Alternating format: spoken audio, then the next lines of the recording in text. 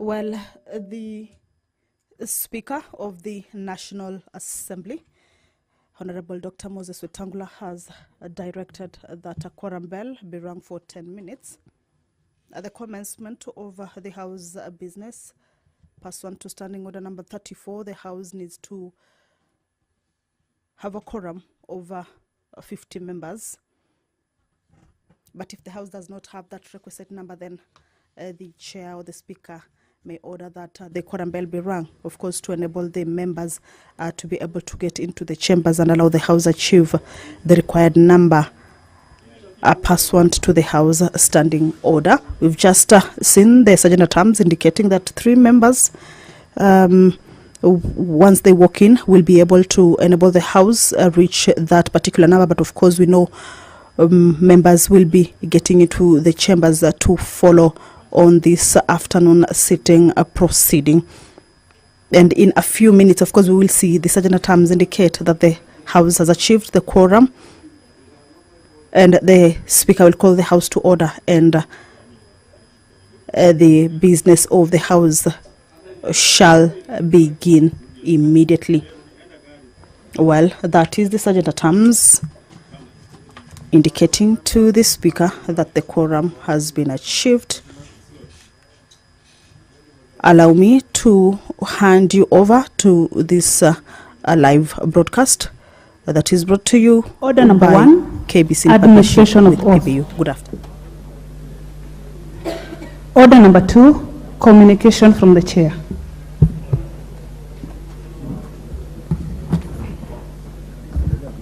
Honorable members, allow me to recognize a delegation from the Parliament of Uganda. I wish to introduce to you a delegation of staff from the Parliament of Uganda. The delegation comprises of the following: Ms. Geria Beatrice, Senior Principal Administrative Assistant; Mr. Mugisha David, Principal Economist; Mr. Chaligonza Moses, Principal Policy Analyst; Ms. Ajilong Eacho Betty, Legislative Counsel; Ms. Mary M. Athieno, Office Assistant; and Mr. Moses Lubwama, Office Assistant. The delegation is on a visit to the National Assembly of Kenya to learn about the execution of strategic programs undertaken in the Office of the Speaker, the Parliamentary Service Commission, and other offices in the National Executive. Honourable members, on my behalf and that of the National Assembly, I welcome them and wish them a fruitful engagement in the country.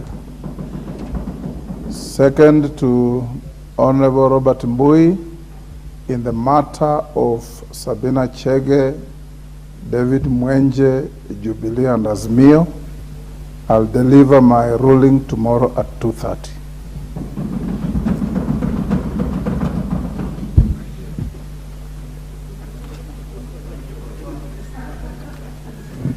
Next order. Order number 3, messages. What is it, Mwenje? Is it Mark Mwenje? Oh, I'm so sorry. I was in the 7th Parliament, 9th Parliament with your father. So I was, but the apple never fell far from the tree. Proceed. Next order. Have you called? Order number 3, messages.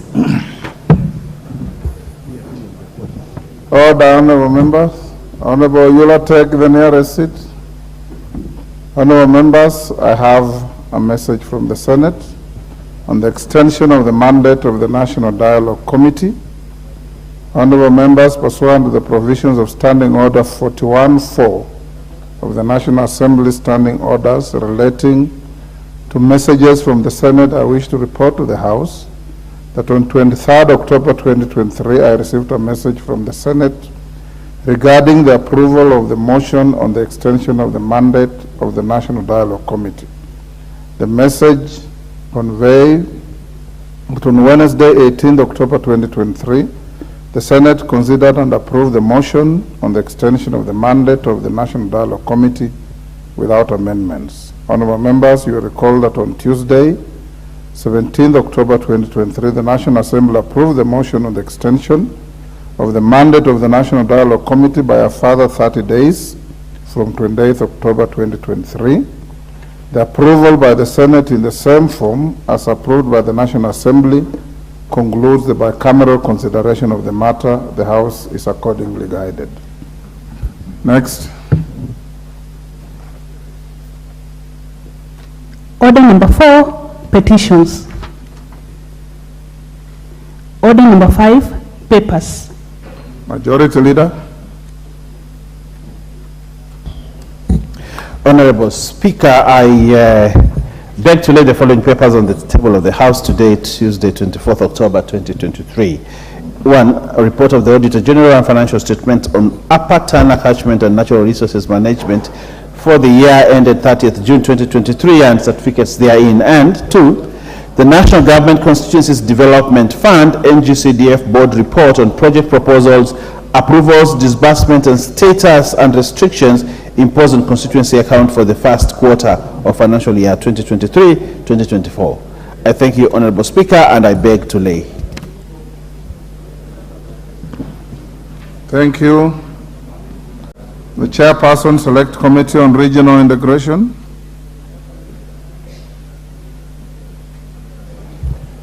Honorable Speaker, I beg to lay the following paper on the table of the House today, Tuesday, 24th October 2023. This is the report of the Committee on Regional Integration on study visit to the Common Market for Eastern and Southern Africa, COMESA, headquarters in Lusaka, Zambia, from 24th to 31st May 2023. Thank you. Next.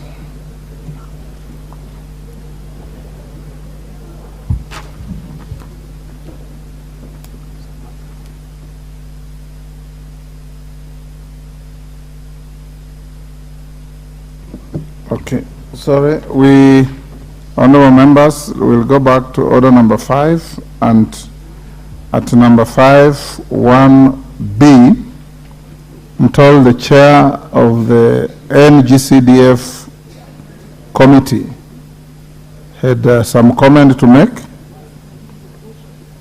Do you?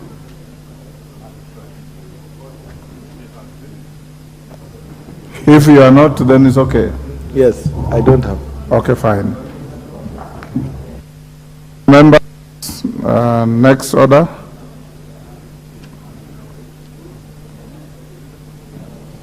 Order number 6, notices of motion.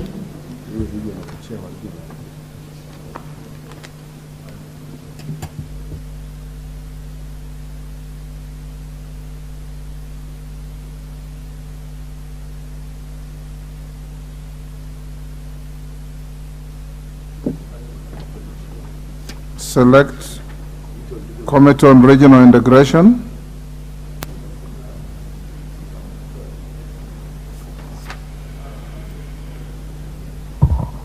Honorable Speaker, I beg to give the notice of the following motion that this House adopt the report of the Select Committee on Regional Integration on the study visit for the Common Market for Eastern and Southern Africa, COMESA, headquarters in Lusaka, Zambia, laid on the table of the House on Tuesday, 24th October 2023. Thank you.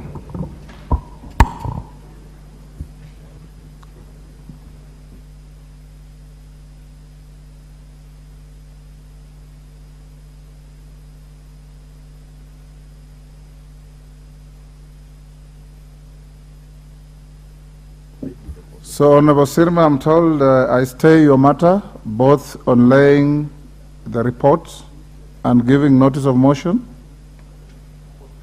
So ordered.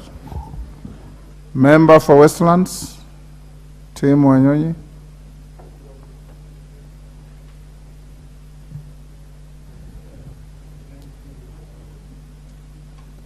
Can you give him the mic?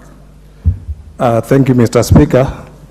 I beg to give notice of the following motion, that aware that land is a critical but limited factor of protection that supports human habitation and food production, noting that agriculture is Kenya's main economic mainstay, appreciating that the Central Bank of Kenya, CBK, Monetary Policy Committee Agriculture Sector Survey 2022 estimated that the contribution of agriculture sector to the country's gross domestic product, GDP, to be 22% directly and 27% indirectly, through its linkages with other sectors, further appreciating that the survey showed that the sector employs over 40% of the country's total population. Concerned that in the Land Reforms Volume 3 publication, the Kenya Land Alliance land estimated that only 17% of the country's land mass is classified as suitable for rain-fed agriculture land, while the remainder is either semi-arid or arid. Further concerned that the country's agriculture productivity has been decreasing over the years, cognizant of the fact that the decline in agriculture productivity is partly attributable to the shrinking agricultural land due to unplanned settlements that encroach on agricultural lands. Further concerned that agricultural lands in the rural areas are continually being subdivided into small portions for build-up development, thereby diminishing the size of land available for agriculture, noting that there is need to put in place measures for effective land use in the country in order to guarantee optimal use of agriculture. Now, therefore, this House resolved that the government, through the Ministry of Lands, Public Works, Housing and Urban Development, puts in place a policy framework for effective land use in rural areas by consolidating and designating zones for built development for commercial and residential developments with shared public utilities, and separate zones for agricultural use in order to arrest further diminishing of agricultural land and steady the country's agricultural productivity. Thank you, Mr. Speaker. Thank you, Honorable Wanyonyi. Next order. Order number 7, questions and statements.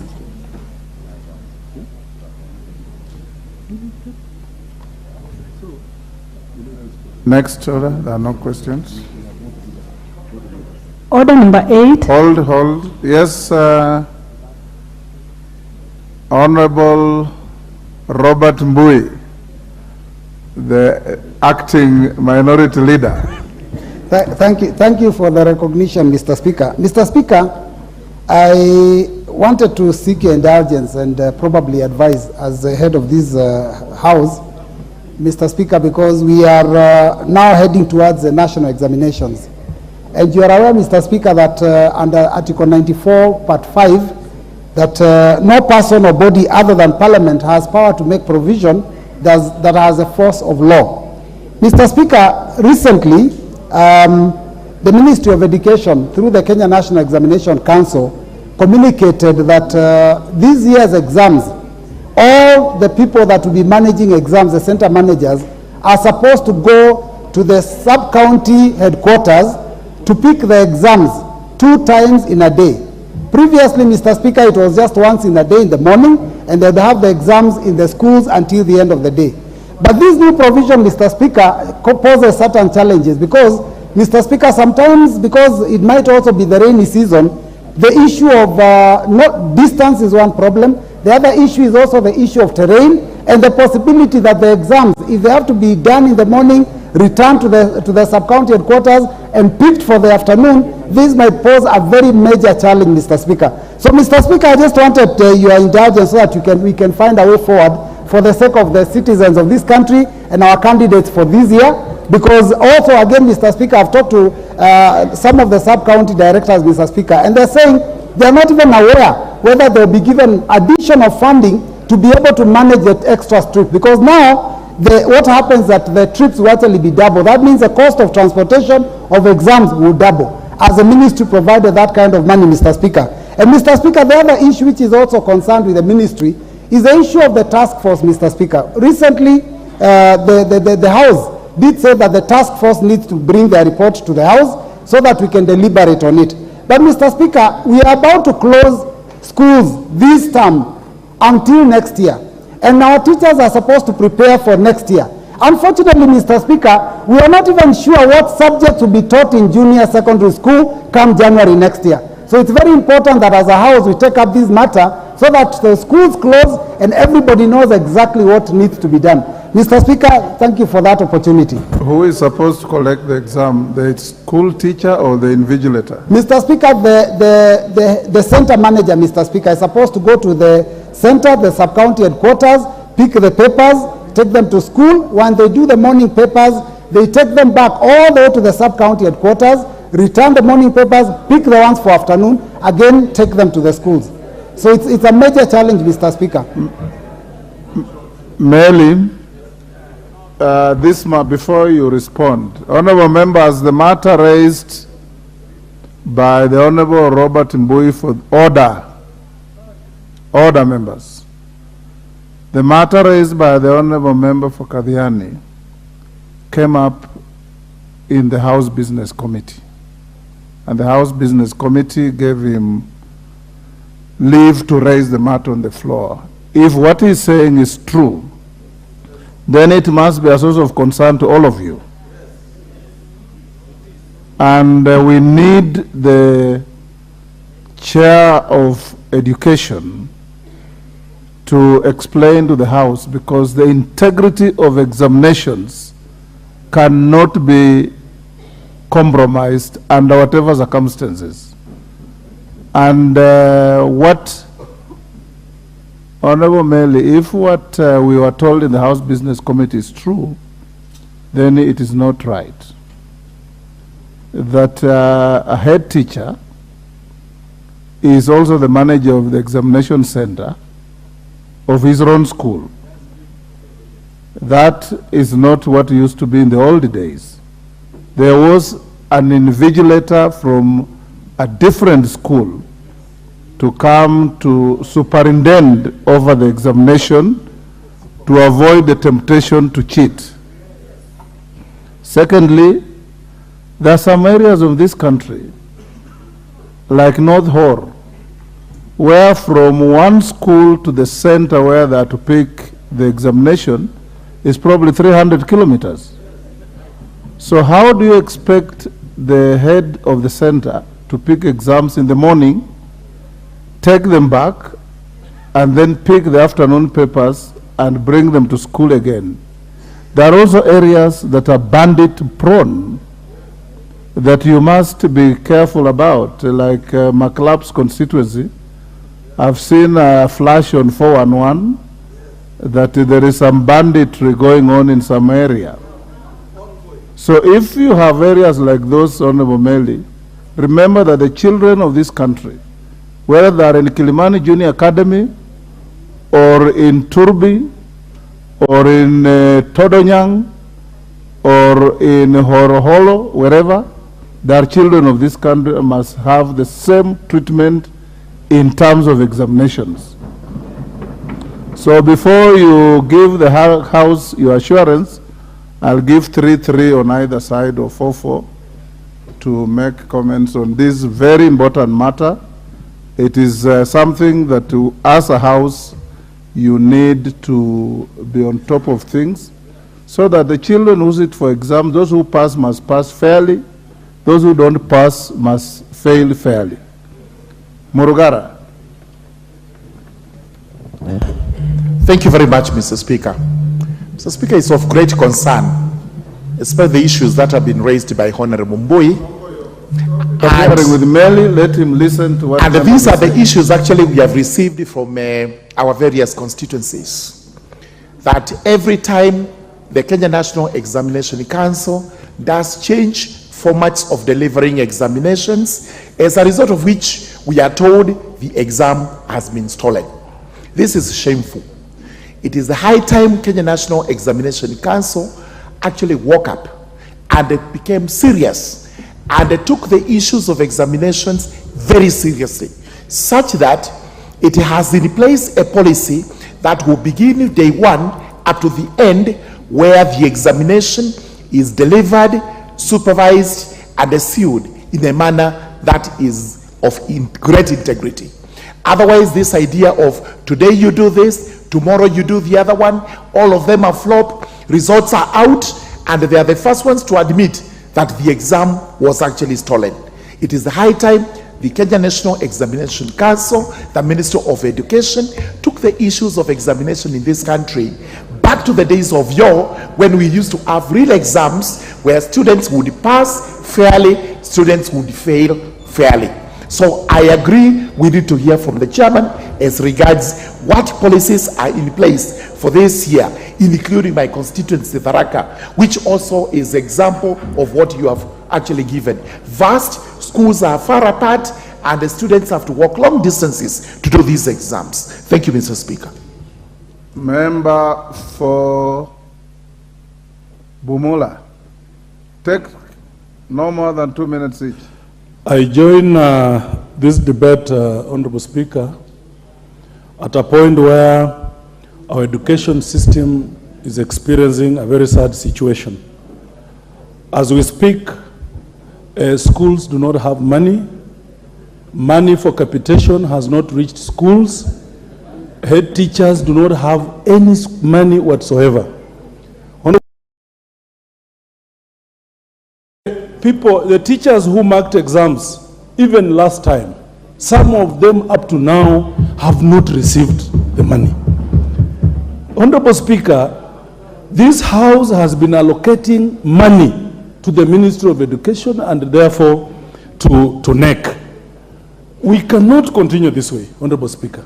And I want to call upon this House that we must take a very strong position against the Kenya National Examination Council, against the manager, the CEO downwards of NEC. And Honorable Meli, my brother, we must work together on this to ensure that we flush out the culprits in NEC that are making the situation unbearable for the children of Kenya. Thank you, Honorable Speaker. Owen Bayer. Thank you, Honorable Speaker. I want to join my colleagues on this issue. It's very important that we have examination integrity in this country. And examination integrity in this country gives the Kenyan certificate what we thought that it requires to have. Honorable Speaker, issues of examination are sensitive. And as our children take examinations, one of the things that we need to do is to give our children the confidence that whatever they're going to do, whatever they have been through school for those many years, it's going to be worthwhile doing that examination. Honorable Speaker, I know that issue of bringing in exams, taking twice in a day. But I also know that the Ministry of Education has taken steps towards shortening the distance between where the exam is taken and the school. In my constituency, for example, I have one sub-county, but I have 4 centers within the same sub-county where examinations will be picked and dropped. And containers have been distributed in this country to the nearest police station. That makes it possible for exams to be dropped and picked in the morning and in the afternoon. So unless there are other cases, but the case in this country is that containers have been put in every police station or where there is an administrative unit where examinations can be picked. So Honorable Mbui, it's not practical that the ministry will say that the distance is long. What is practical and what is on the ground right now, unless he has not visited his constituency recently, there are many centers where examinations can be picked, and that is the position. I thank you, Honorable Speaker. Hassan of Kamkunji. Thank you, Mr. Speaker. And I do support Honorable Mbui's position. It is terrible that in fact in this day and age we seem to be grappling with the same problem that we have had for so many years. It is bad for the for the students, it's bad for the parents, it's bad for the country, and is a terrible blot on the consciousness of this nation as a whole. And this is something we must fight, not only in the Ministry of Education, although in the exam council, it should be done nationally as well, because this culture of cheating, the culture of shortcuts, is prevalent in our society and in our country. And we can't just blame the students, the parents, and some few members of the National Education Council. We need a more concerted effort. And this also is impacting on those children forever, because when they go to college, they don't do very well. When they go to university, they suffer because they were not well prepared. They have fake results, and it is bad for them. Therefore, we must do whatever is necessary to fight this scourge of cheating in our country. Thank you. Wanjiku Muya.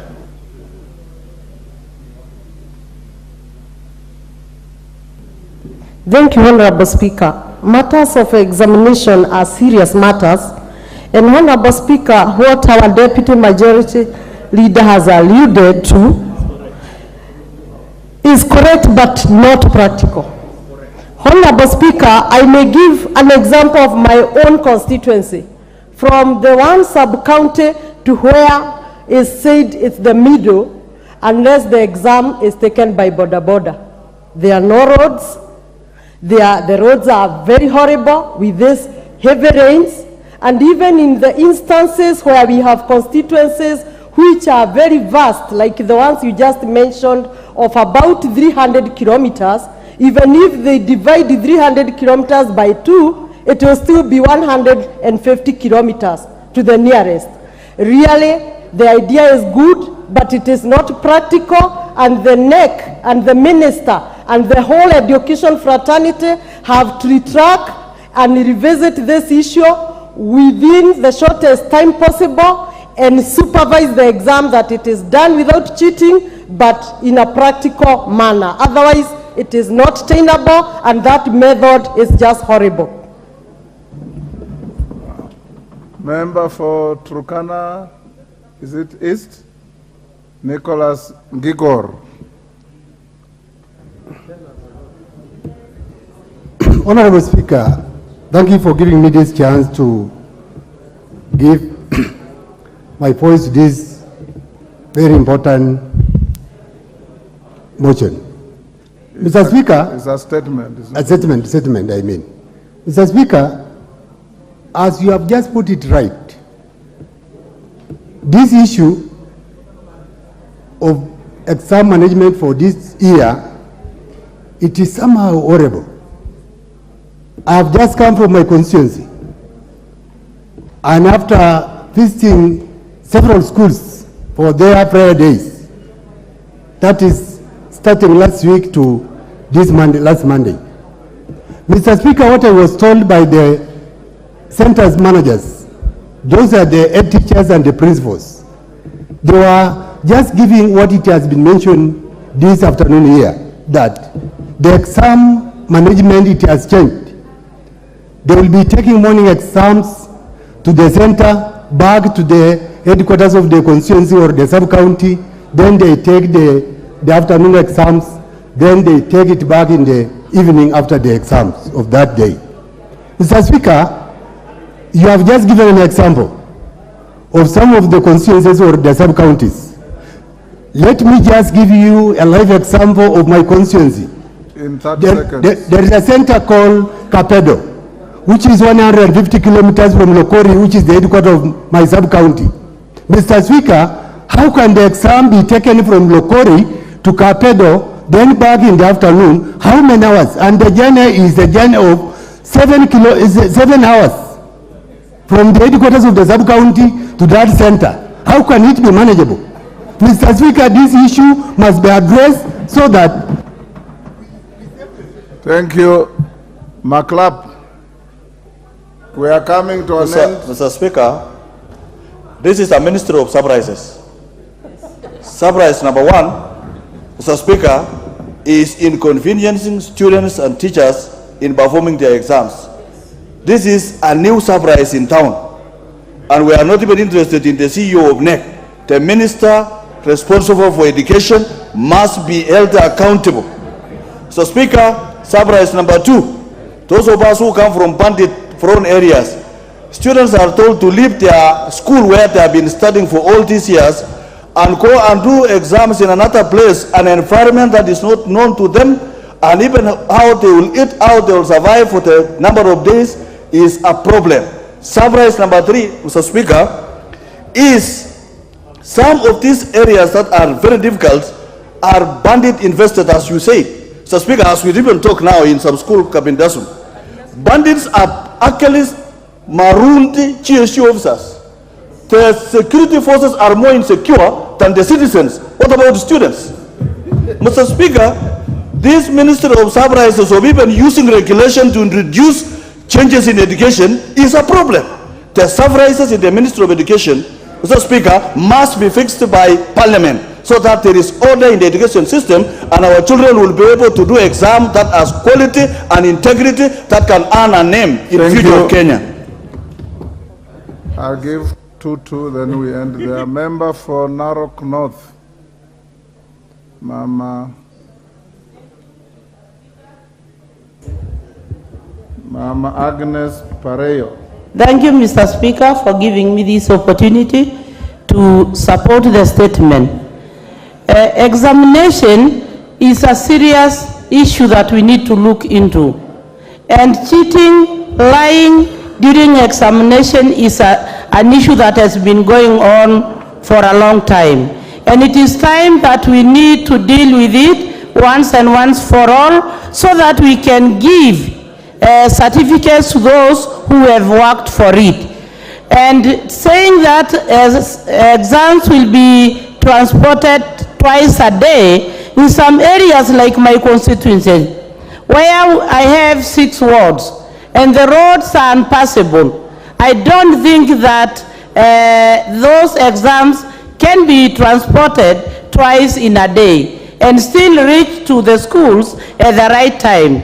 So I think it is time that the Ministry of Education look into that issue, because even giving one person who is a manager to have or to get hold of this exam with a boda man alone, I don't think that the exams will be really fair.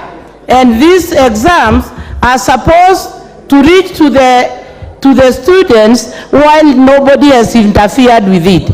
So it means that by the end of it all, there are so many people that will interfere with these exams and the exams will not be secured. So I think it is an issue that we need to look into. Thank you. The last one, Mwalimu Mboko Milemba.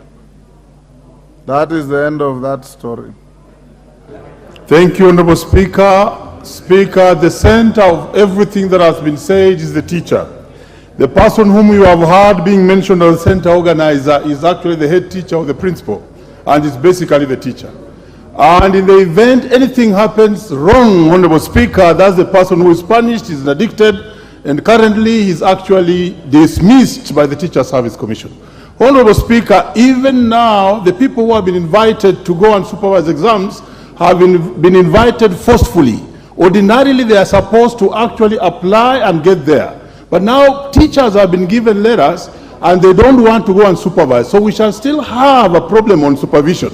But finally, because of time, at the center of all this is also lack of money in the schools, because the practicals require money and there's no money in the schools. The last tranche to be sent was long time ago. My advice is this, that because exams are more important in this country than the economy sometimes, unlike America, where they vie their economy more, could the Honorable CS for Education be given time to come to this house before we close so that he gives confidence to these members and Kenyans that exams will be clean? Otherwise, we shall have the same case we had last time when one school got all the A's and others got nothing. Thank you, Honorable Speaker. Honorable Meli, the chair of the committee. Do you have the facts with you to respond now, or I give you first thing tomorrow morning? Thank you, Mr. Speaker. Mr. Speaker, I wish and do you have capacity to speak on behalf of the ministry? No, I cannot speak on behalf of the minister. I will request that I ask the minister to give me facts I can table before the House tomorrow morning. Thank you. Honorable Deputy Speaker, you are the one who will start the House tomorrow as always. The first shot you'll give to any member is to Honorable Meli to bring a statement from the minister to assuade members and the public from the fears being exhibited, so that we don't deal a psychological blow to our children who are going to sit exams, so that we can encourage them to go and face exams with courage. And on your behalf, my own behalf, I want us to wish all the students who are going to sit exams in the country the very best, so that they can all come out with good results to transition to the next levels. Thank you. Next, as we go to the next order, yes, Kaluma? Not on the same issue? I can't raise the same issue, Honorable Speaker, after your wise decision. Maybe I would have just wished that, because tomorrow we are meeting the Cabinet Secretaries on the plenary, it could be an issue that may be raised with the office, with Meli, if the response is not satisfactory in the early sessions of tomorrow. But Honorable Speaker, I'm standing before you under Standing Order number 131 of the Standing Orders of the House.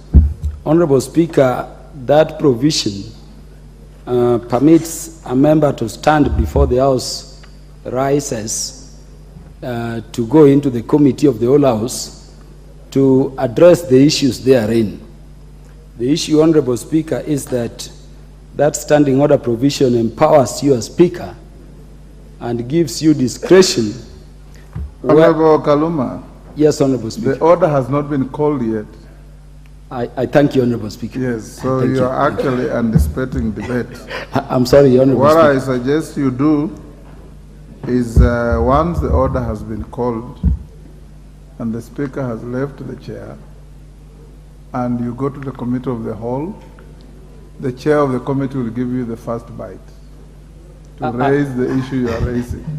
I thought, Honorable Speaker, that the issue can only be dealt with by the substantive Speaker, not the chair of the Committee of the Whole, because otherwise the chair would have to return to your seat to... Okay, let's call out the order. I'll hear you. Yes, sir.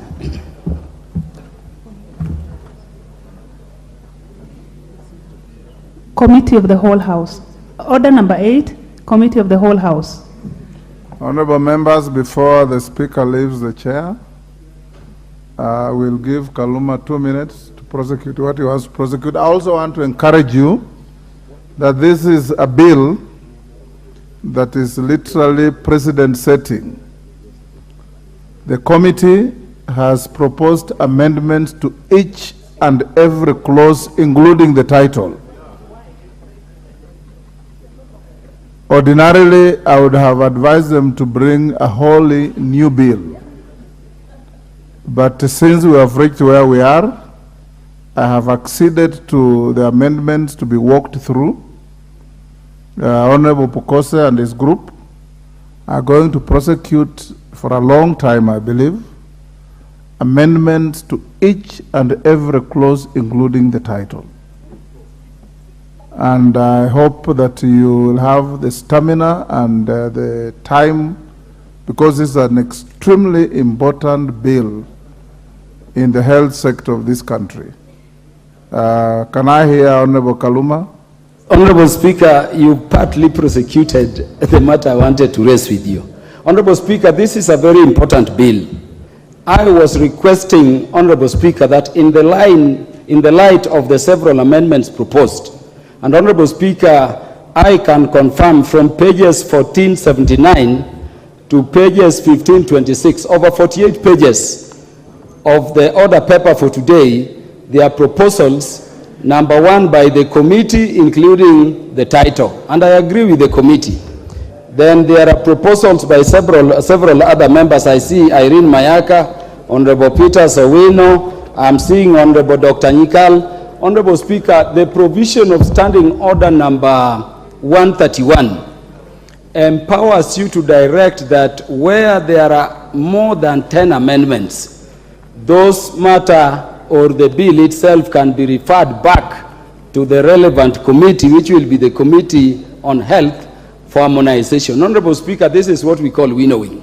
So I was requesting that we don't proceed to the Committee of the Whole if you allow, but because this matter is very serious, it goes for winnowing and we harmonize all these amendments. Honorable Speaker, maybe I also mentioned, because of shortness of time, that if you look at page 1387 of this bill, it is a bill proposing to repeal the whole of the Pharmacy and Poisons Board Act. It is seeking to repeal the Food, Drugs, and the Scheduled Substances Act. Both of those statutes are being repealed in terms of the whole act in whole. It seeks to repeal section 16, 17, and 18 of the Narcotic Drugs and Psychotropic Substances Act. I've looked at those acts, Honorable Speaker, it is seeking to repeal. I've also looked at the sections of the various laws it is seeking to repeal, not in whole but in part.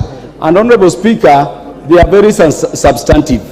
It would be therefore necessary, Honorable Speaker, that we go back to the committee, the relevant committee, so that we don't just deal with the bill itself, but also be assured in a way, by way of cross-checking, that the good provisions in the various acts of parliament sought to be repealed, Honorable Speaker, are incorporated herein. Thank you. This is the reason I was requesting for winnowing. I know we need to transact this fast for the reasons the Deputy Speaker has given me, but Honorable Speaker, winnowing even enables expedition. I was thinking if this were to be directed even tomorrow, then on Thursday we could take the shortest time on matters the House is generally agreed upon to expedite the consideration of this bill at the Committee of the Whole House. I crave, Honorable Speaker. Thank you. Chairman of the committee, what do you say to that? Thank you, Mr. Speaker. Mr. Speaker, having listened to Kaluma, I think you've already given a direction to which this is a very important bill. And this is a bill I started in the 11th Parliament. And we've gone through, when the minister, because it is affecting a department within the Ministry of Health, that we have proposals which we have tried to, as much as possible, to accommodate from the government.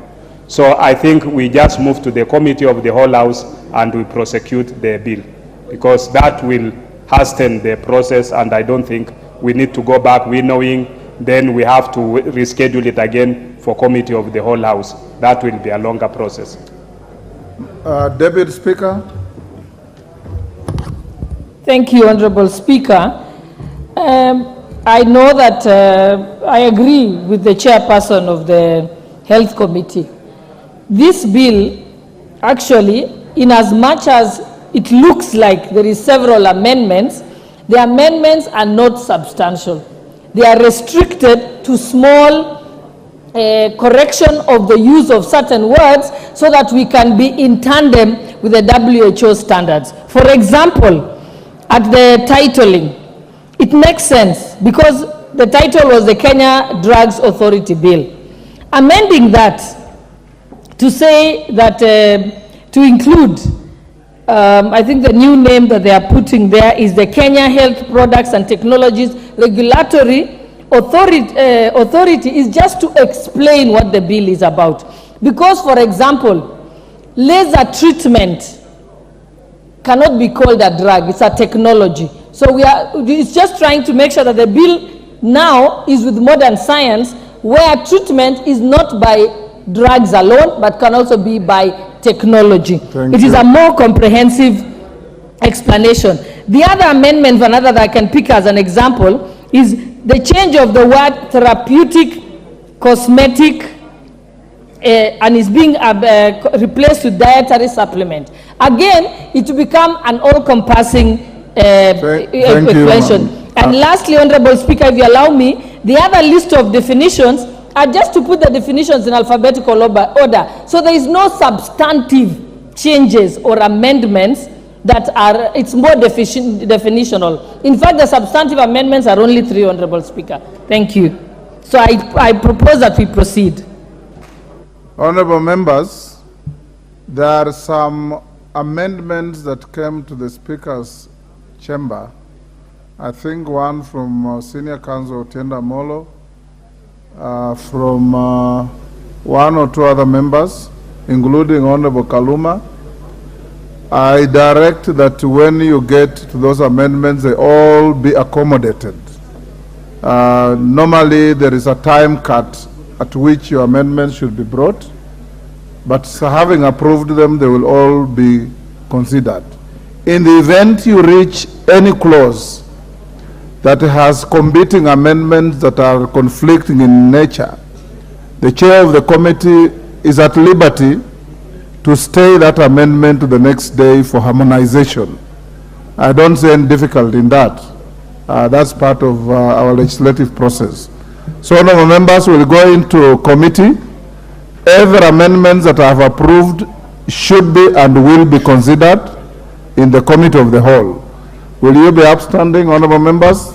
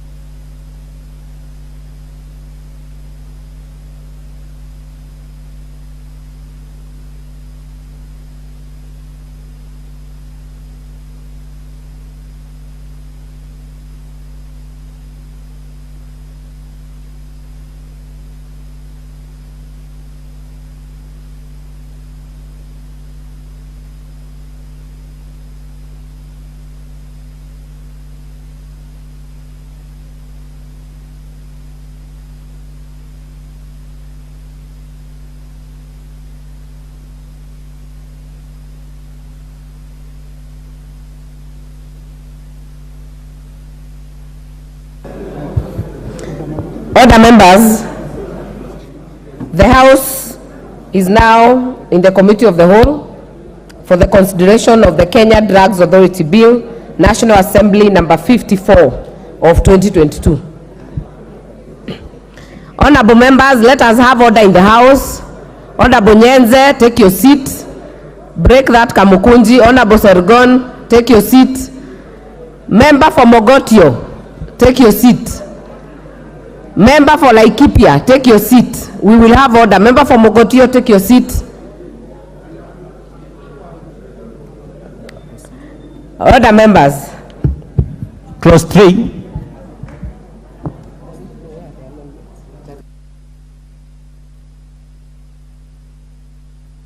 I propose the question that clause 3 be part of the bill. Mover.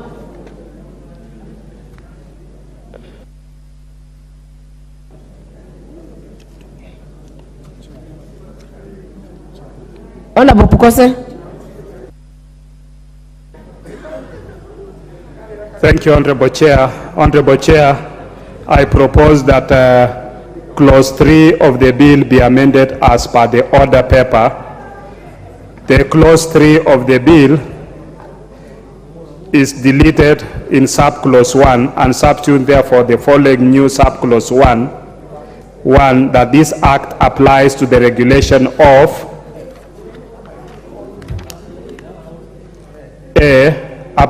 medicines, medical products and technologies, B, medical devices including radiation emitting products, C, radio pharmaceuticals, D, complementary, alternative or herbal medicines, E, cosmetics and borderline products, F, in vitro diagnostic medical devices, G, therapeutic feeds, H, clinical trials, I, nutraceuticals and dietary supplements, J, digital health and technologies, K, scheduled substances, L, chemical substances, and M, biological products for use in humans and the starting materials used in their manufacture.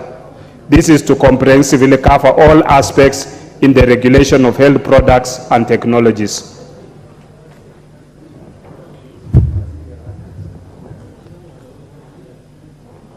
I therefore propose the question that Clause 3 be amended as proposed by the Chair of the Health Committee.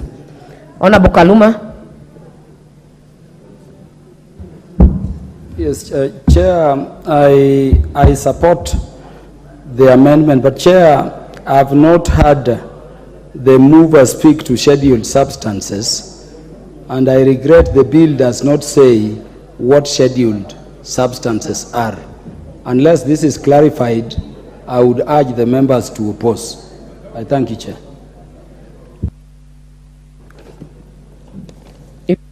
Speak to this issue, put an intervention. Honorable Otiende Amolo, are you on this one?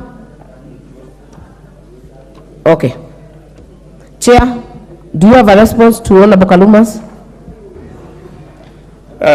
Thank you, Honorable Chair. Honorable Chair, in A, I'm talking of medicines, medical products, and technologies. What Honorable Kalima need to know is that scheduled substances are medicines. So when we are saying medicines, they are in scheduled substances.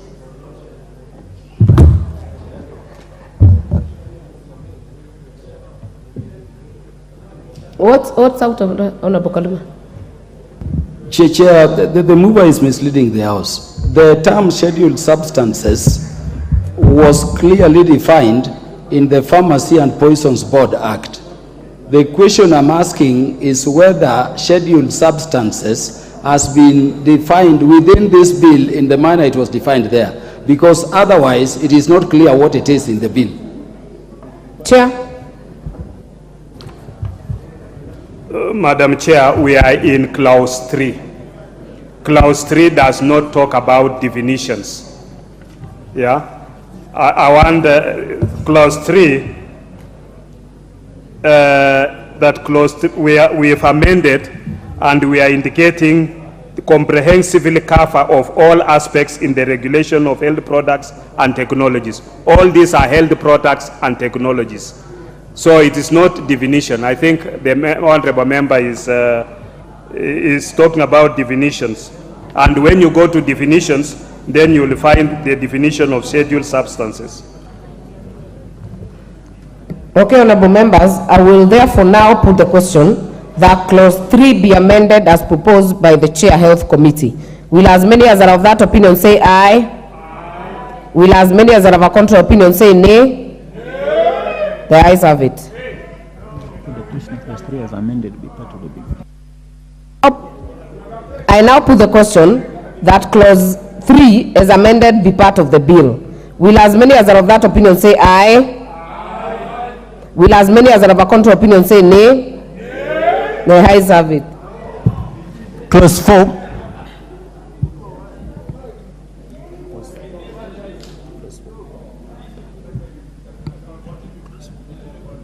I propose the question that Clause 4 be part of the bill. Mover.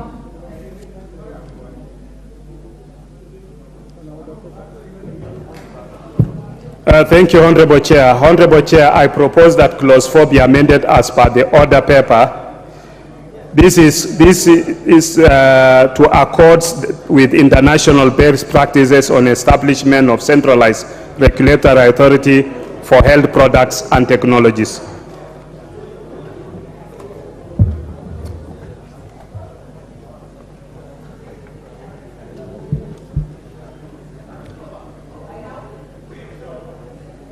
I propose the question that Clause 4 be amended as proposed by the Chair. Honorable Dawood.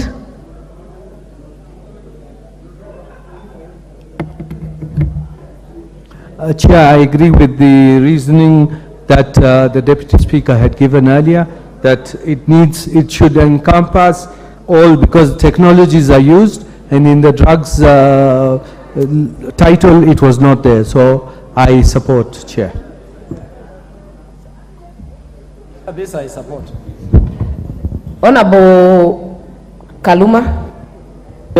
Chair, this amendment I support. The title of the bill as initially framed, Chair, was Kenya Drugs Authority Bill, and the authority was there for Kenya Drugs Authority. Chair, that was limiting, considering we are also dealing with technology, and we are not just up to creating authorities, but dealing with both drugs and technology application in the health sector. I therefore support that amendment by the committee. Thank you, Honorable Kaluma. Member for North Imenti, you have already spoken on this. Honorable Otiende, I think if you're not willing to speak on this ones, you remove. Okay. Your interest is in Clause 8. Okay. I therefore put the question that Clause 4 be amended as proposed by the Chair, Health Committee. Will as many as are of that opinion say aye? Aye. Will as many as are of a contrary opinion say nay? The ayes have it.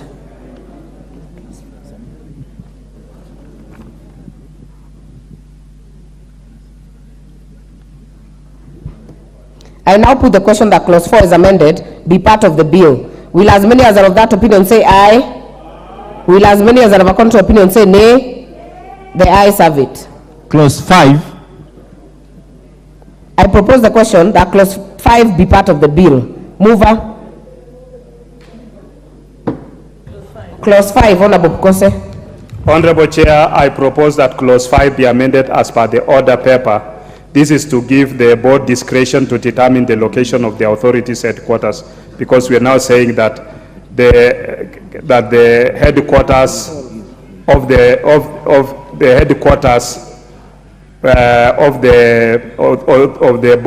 authority shall be in such other place as the board of the authority may by resolution determine. Honorable Kaluma. Yes, Chair, I want to urge the members present that we reject the amendment of the committee, so that we have the Clause 5 in the bill passed as it is. Chair, Clause 5 is very clear. It says the headquarters of the authority shall be Nairobi. This is the manner they are drafted. But the authority may establish branches anywhere in Kenya. Honorable, to leave it to a body of people will be changing each time to determine where the headquarter is, in terms of even resource allocation for construction of that headquarter, or where it should be, we'll be moving with whoever is chairing the board and whoever is in the board each time. I pray, Chair, and I pray, honorable members, that we reject that committee amendment and we make it clear under the law that the headquarters is in Nairobi, but other branches may appear everywhere. Thank you. You made your point, Honorable CNN.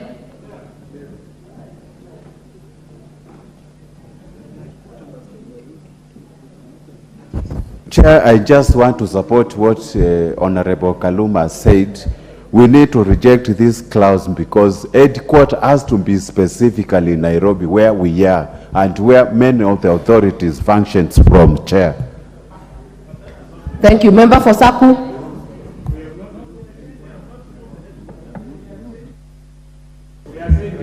Thank you very much, Chair. Chair, I support the amendment that the Chair has moved. Actually, what he is saying is not changing the headquarters.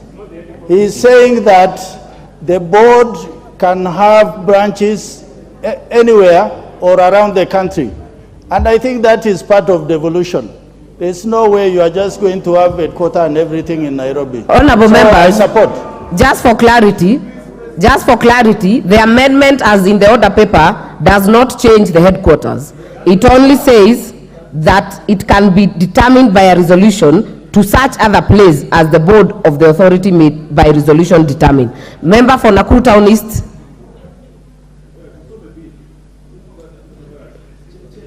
Thank you, Honorable Chair. I arise to support the amendment by the Chair, and totally because there was a confusion what is written in the bill and what the explanation is coming is like they want to, like the Chair is removing the headquarters from Nairobi. But I totally, that is not the case. I support your amendment, Honorable, that branches can be determined by the board. Thank you, Honorable Chair. It can be in I'll give the member, Honorable Basil, member for Yatta. Thank you, Madam Chair. I agree with the Honorable Kaluma that we need to be specific, because it would be very costly that if we have to change offices every time we have a new resolution. So let's consider that. Thank you. I will hear Honorable Ward Chief. I will give you the last word, Honorable Chair. Chair, the reason why we are supporting this is that the headquarters remains in Nairobi. It is only the branches that can be established in this order that the amendment is saying. Honorable Pukose, kindly summarize this one on this matter. Chair, I want to read to Honorable Kaluma and others what the bill says. The headquarters of the authority shall be in Nairobi. Then we go further to say that and the branches shall be in such other place as the board of the authority may by resolution determine. Those are branches which you are determining, not the headquarters. Honorable Dawood, order members, Honorable Dawood, we will get there. Honorable Dawood. Chair, I agree with what the chair of Health Committee is saying. There is nothing in the bill which is saying Nairobi is not the headquarters, but it is just saying a resolution will be passed to determine where the other branches will be. So I do not understand where the problem is. Honorable Otiende Amolo. Chair, I didn't want to speak to this clause, but I want to persuade Honorable Pukose that on a closer reading of this clause, Honorable Kaluma may be right.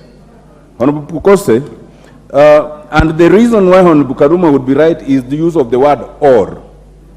If you read as it now stands, you see, if you remove those words, the headquarters of the authority shall be in Nairobi or in such other place as the board of the authority may by resolution determine. That's how it then flows. Now, then what it means, Honorable Chair, is that we are saying it will be Nairobi or any other place. Now, I would suggest that the way to deal with it is not to debate it too much. The substantive speaker gave us leeway, and if Honorable Pukose agrees, I could propose a further amendment that resolves the issue, which is this. We just, we retain it, the earlier part, the headquarters of the authority shall be in Nairobi, and then instead of the words or, say, but the authority may establish branches in any other place by resolution.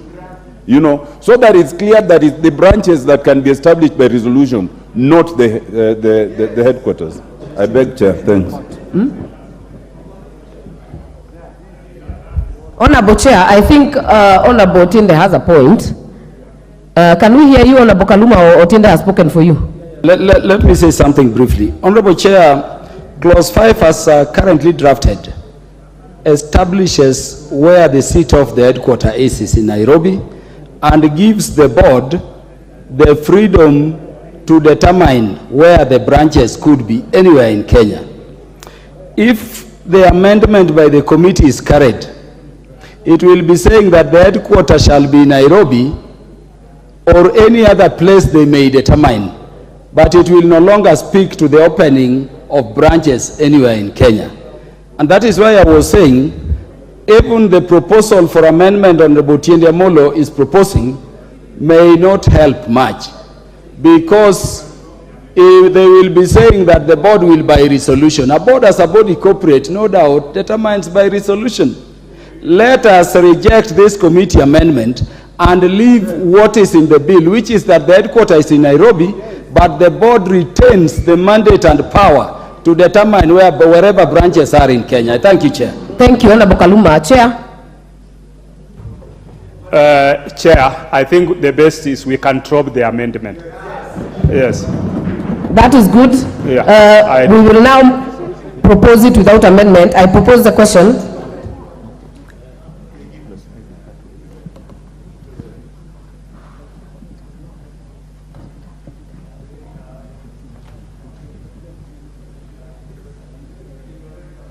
I therefore propose the question. I propose that clause 5 be part of the bill. I now put the question that clause 5 be part of the bill. Will as many as are of that opinion say aye? Aye. Will as many as are of a contrary opinion say nay? The ayes have it. Clause 6. I propose the question that clause 6 be part of the bill. Mover. Honorable Chair, I propose that clause 6 be amended as per the order paper, and this is for proper drafting of the clause.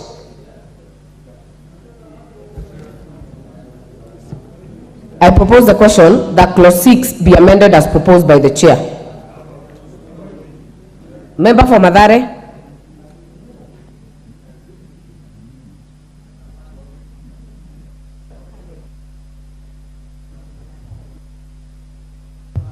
Honorable Chair, I want to support the amendment by the committee on the grounds that the authority that is being created touches on very fundamental things, not only the administration of drugs and the technologies that are involved in this area, so that the enhancement of the experience of the Director General to 15 years is one that is appropriate, so that we are ensure that the persons who are superintending over this very serious authority are persons that is a person that we can entrust. I support. Member for Yatta. Thank you, Madam Speaker. If you go to number D4, a person shall be qualified for appointment as Director General if such a person holds a bachelor's degree in pharmacy. Kenyans are learned, so why don't we stick to masters only? We don't need to have first degree as a consideration. Thank you. Member for Homabay.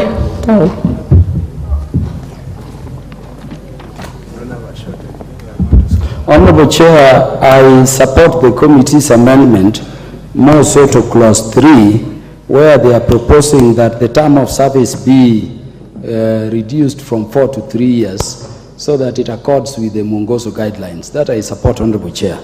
But Honorable Chair, I tend to believe that the qualifications, the academic qualification or the qualification criteria being established in clause 4 is unduly restrictive.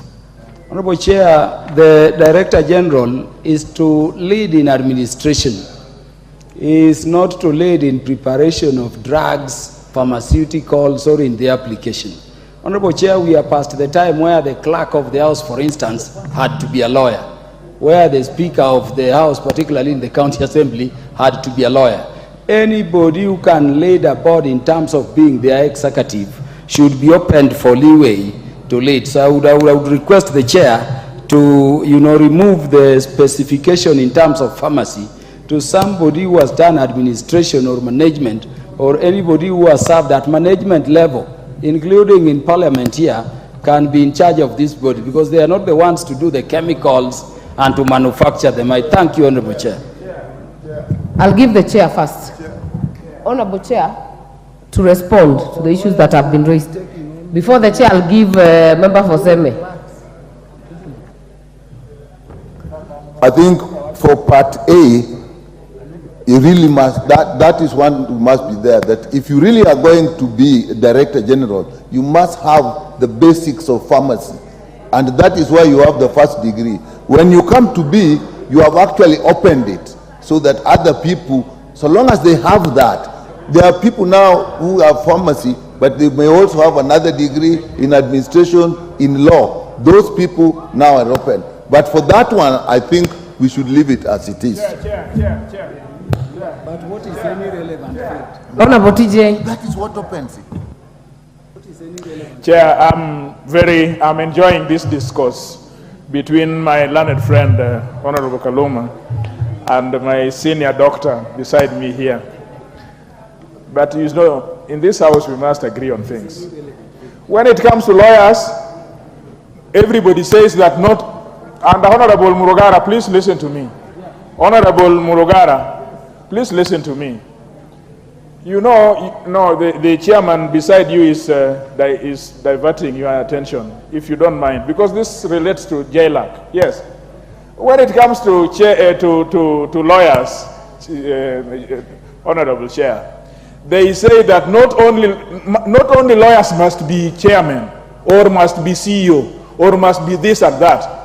But when it comes to medicine, my doctor, who is next to me here, is very forceful that only people who have read pharmacy can only do these things. Now, we have to be very consistent in these things. I know that the lawyers have a problem in terms of how the society view them, but time has come when we have to be consistent in our policy. I neither support Kaluma, nor do I support the member for Seme, but this house must take a position. Honorable TJ, thank you. Chair.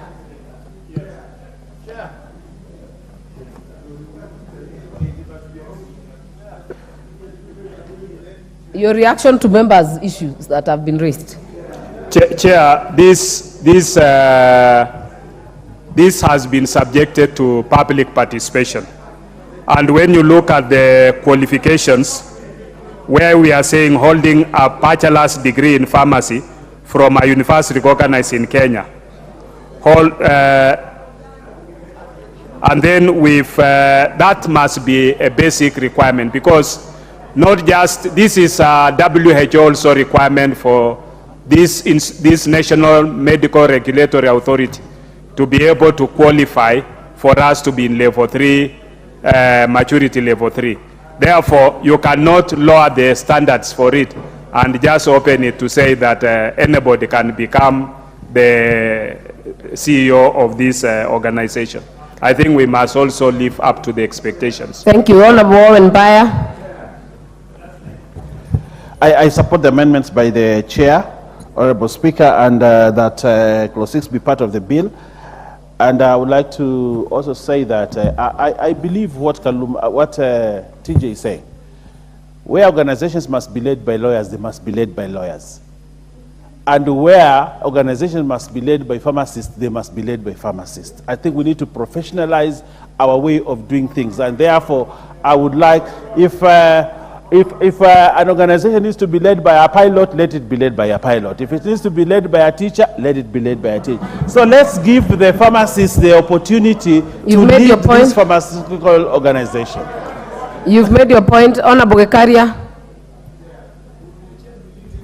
Honorable Speaker, Honorable Chair, as I arise to support Dr. Pukose, but at the same time I agree with TJ Kajwang. I had an opportunity of IEBC, where they say the chair must be a lawyer of, I don't know, High Court, I don't know. So, Honorable Gekaria, are you supporting the chair? You cannot support the chair and TJ at the same time. All I'm just on this saying, one. Honorable Member for Diwa.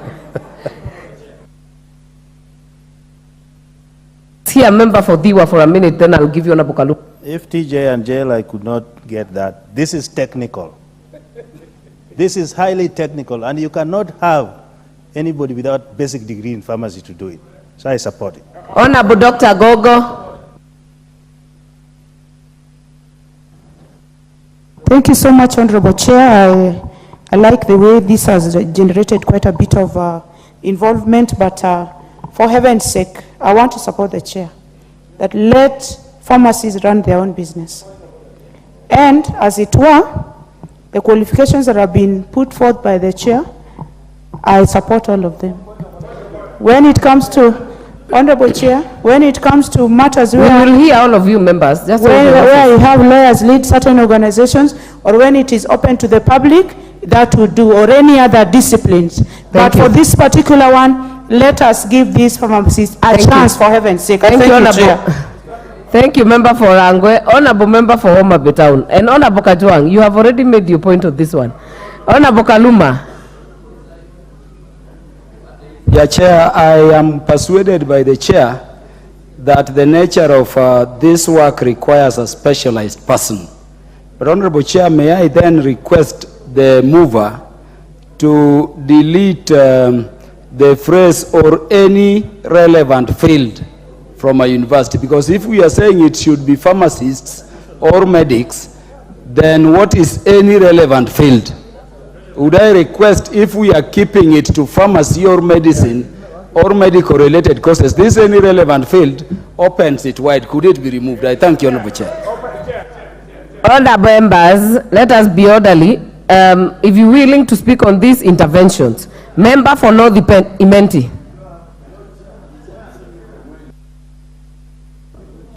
Chair, I agree with the Chair of Health, and to answer Honorable Kaluma's point, it says initially you have to have a bachelor's degree in pharmacy, and after that in the master's is when you can be in any other field besides pharmacy and medicine. So Chair, you know, in the 2010 Constitution, the lawyers had it all their way.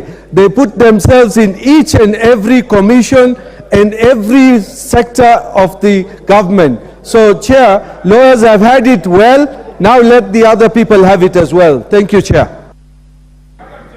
Member for Runyenjes. Thank you, Chair. On this particular field, Honorable Chair, I want to support the Chair of the committee or the mover, since his proposal is that we have a person who has a bachelor's degree in pharmacy, and Honorable Chair, a person can have a bachelor's degree in pharmacy but still possess another qualification that is of related field. So, Honorable Chair, I support the mover. Thank you. Member for Luanda. Thank you so much, Honorable Chair. On this one, Madam Chair, I want to support the Chair because professionals go to school to acquire technical skills for a given field. And therefore, having a technical person heading this is very important. Therefore, I support that the professionals should actually be honored. Thank you. Therefore, support this. Honorable Dr. Otiende Amolo. Chair, first, I support the chair of the committee. And in truth, Honorable Dawood has explained it. Because as I understand this, the first is a basic degree in pharmacy. But thereafter, you are allowed to have a second master's degree in anything. You can even have an MBA. You can have anything else, which then will speak to the skills that we were talking about, so it's not inconsistent.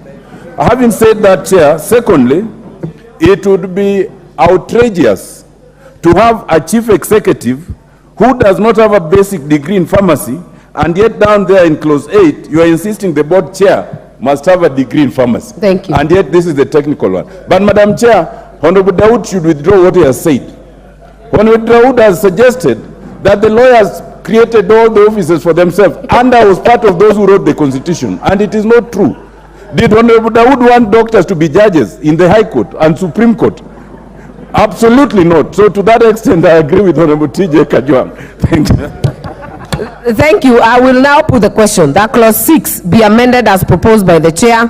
Will as many as are of that opinion say aye? Will as many as are of a contrary opinion say nay? The ayes have it. I now put the question. Before I put the global question, there was a proposed amendment by Honorable Anthony Oluoch. But the import of carrying the proposal by the chair makes yours fall, Honorable Oluoch.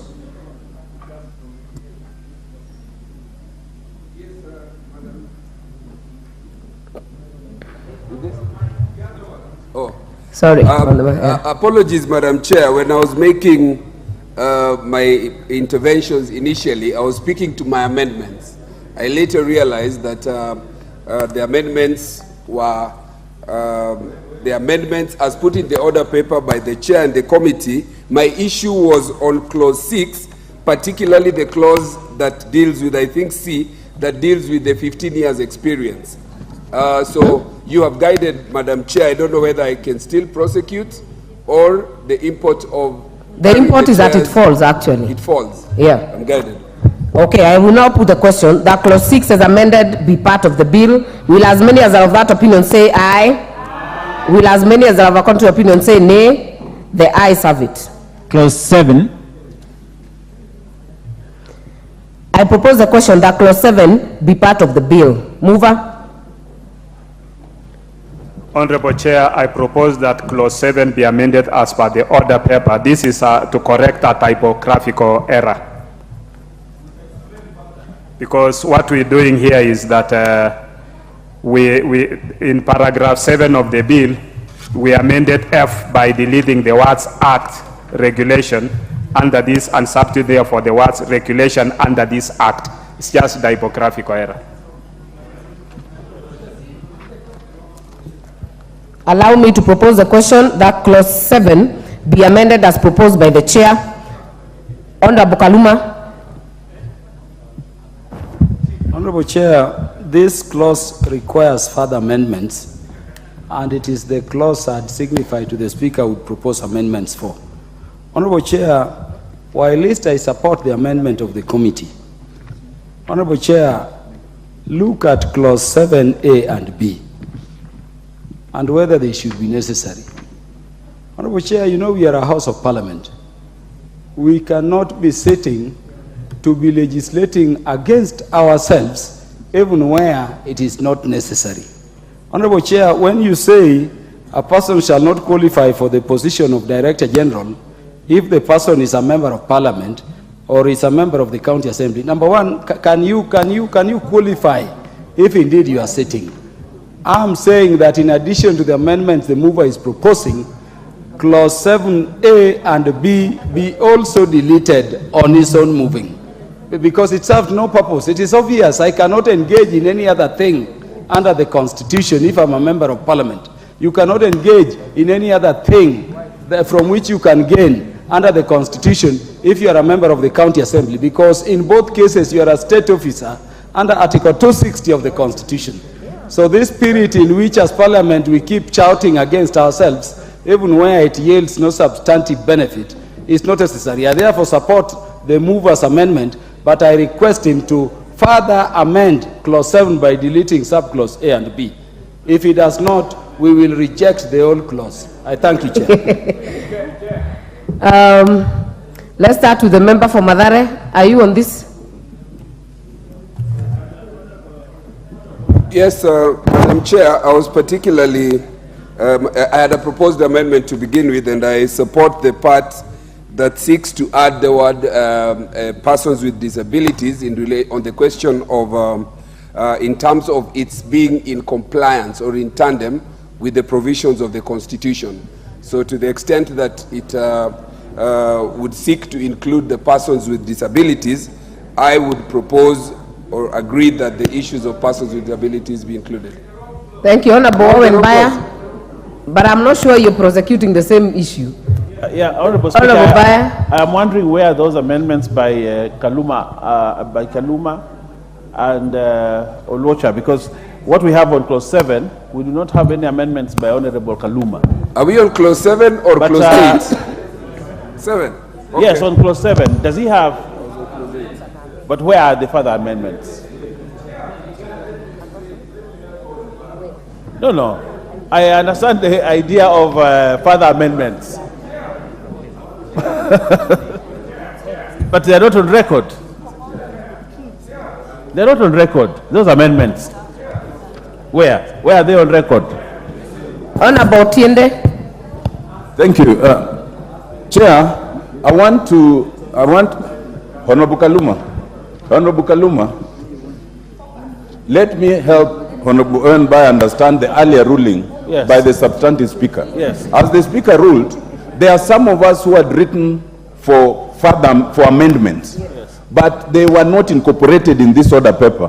But the speaker ruled that we can introduce them, including one that I will introduce, because the speaker had accepted them. That is why Honorable Kaluma is able to suggest a further amendment. But in any case, sometimes when it is necessary to help an omission, and provided the mover is in agreement, there is no harm in introducing a further amendment if Dr. Pukosi agrees. So let me say two things, Chair. First, I agree with Honorable Kaluma to this extent, because necessarily, once you are serving as a member of parliament or a member of the county assembly or in the county executive, you cannot hold another office such as this. So whether you state it or not, you are not qualified. But to mention it, it's as if there's something particularly against a member of parliament. Because we could as well have mentioned that if you're a cabinet secretary, you do not qualify. If you're in any other office, you do not qualify. And that's why I thought we could leave it. But Dr. Pukosi, with your permission, I would like to persuade you that while I support the amendment on its own, there are two other small amendments you need to make on that clause 7.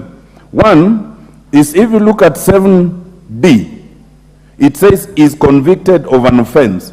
I'm sure it should read has been convicted, because that's the disqualification. Otherwise, it does not become a disqualification. Yes. Secondly, in E, a salaried employee, it should be is a salaried employee. I would persuade you to consider those two further amendments. Thank you, Honorable Tiende. Maybe for the people with for the members with other amendments, I have here that has been given by the speaker from Honorable Tiende. Honorable Kaluma would like to know whether yours is on record, the amendments, so that we also consider to be on record.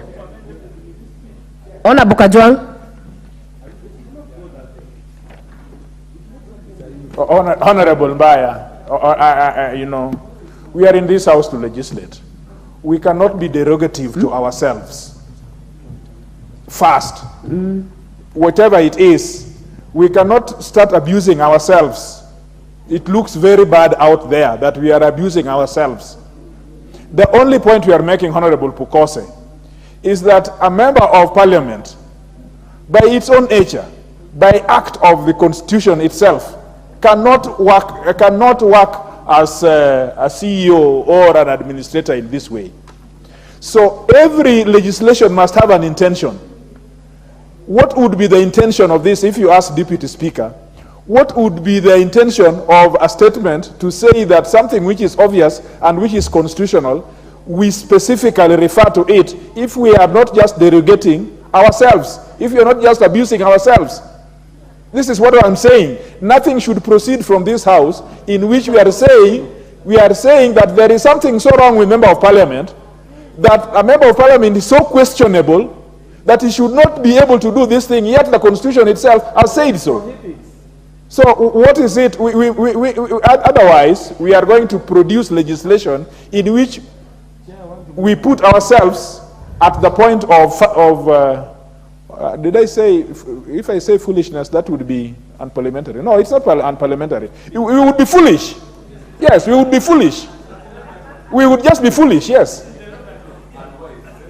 Unwise. Yes, that's better. Honorable Kaluma, I would like to hear your amendments, if they're on record, because what I have here is different. Yes, Honorable Chair, I support the amendment by the committee. And I was thinking, Honorable Chair, Honorable Chair, yes, Honorable Chair, I was thinking that the best way to approach it, Honorable Chair, I was personally proposing complete deletion of 7. but I'm persuaded that the amendment by the committee will improve this provision. I would therefore suggest, in line with our standing orders, that you first put the question in relation to the amendment by the committee. Then you allow me room to move an amendment instead of deleting, to delete 7A, B, and to add the word has at D, so that it is a person who has been convicted, not is convicted, who is unqualified. So I would propose, Chair, that the right procedure is that you put question on the amendment by the committee, then you permit me to move the amendment instead of deleting. So, Chair, Honorable Kaluma, you'll be moving an amendment, a further amendment to the amendment. That then will be a bit neater. Okay, members, I will put the question that clause 7 be amended as proposed by the chair. Will as many as are of that opinion say aye? Will as many as are of a contrary opinion say nay? The ayes have it.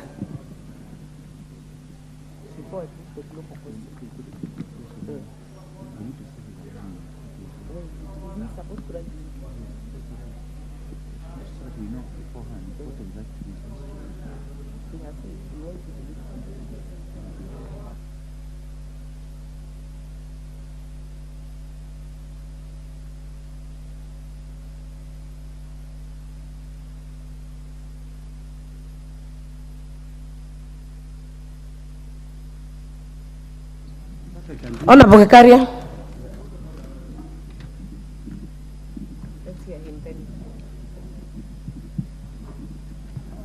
Thank you, Honorable Chair. Just to get your guidance, Honorable Chair, so that for purposes of procedure and moving fast, what Honorable Kaluma was asking is for the Chair to move a further amendment as the Chair, if he agrees with Kaluma. Instead, if that would happen, then it would be faster, instead of asking again Kaluma to go and move a further amendment. And also what Otiende had also requested, if the chair so agrees, that is. Thank you, Honorable Speaker. Chair. Honorable Baya. Of the debate, and so that we understand how we are moving. It's important that if Honorable Kaluma had amendment, and I heard the Speaker very clearly say that there are certain amendments that he has approved to be brought, although they came late, but he has approved that they be brought to the House. I am happy if those are brought, so that we do not make amendments, or we do not open the whole act for amendments because the Speaker has said he has allowed amendments. If we did that, then everybody would introduce amendments in this bill on the floor, and it is unprocedural. Honorable Dawood.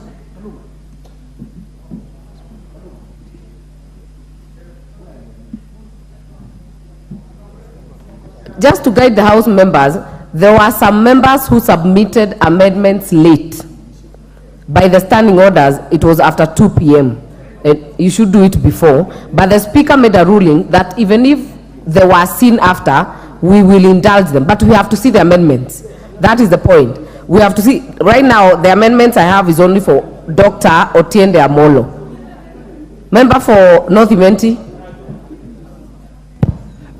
Chair, I would request the chair to make a slight amendment what Dr. Amolo has suggested, and Honorable Kaluma, where it says is a member of parliament who can get it on resignation. You see, you could be appointed to be a Director General at that time you are an MP, but you can resign from being an MP to become a Director General. So, Chair, that could be done as well, a further amendment. But that would have to be done by the Chair himself. Member for Diwa. Chair, when you have resigned, you are not a member of parliament. So that's out of question. But I wanted you to give us a guidance. These amendments coming from the floor all the time, we will not finish this. But if they were submitted, as the Speaker said, let's have that guideline. Yes, let's have them.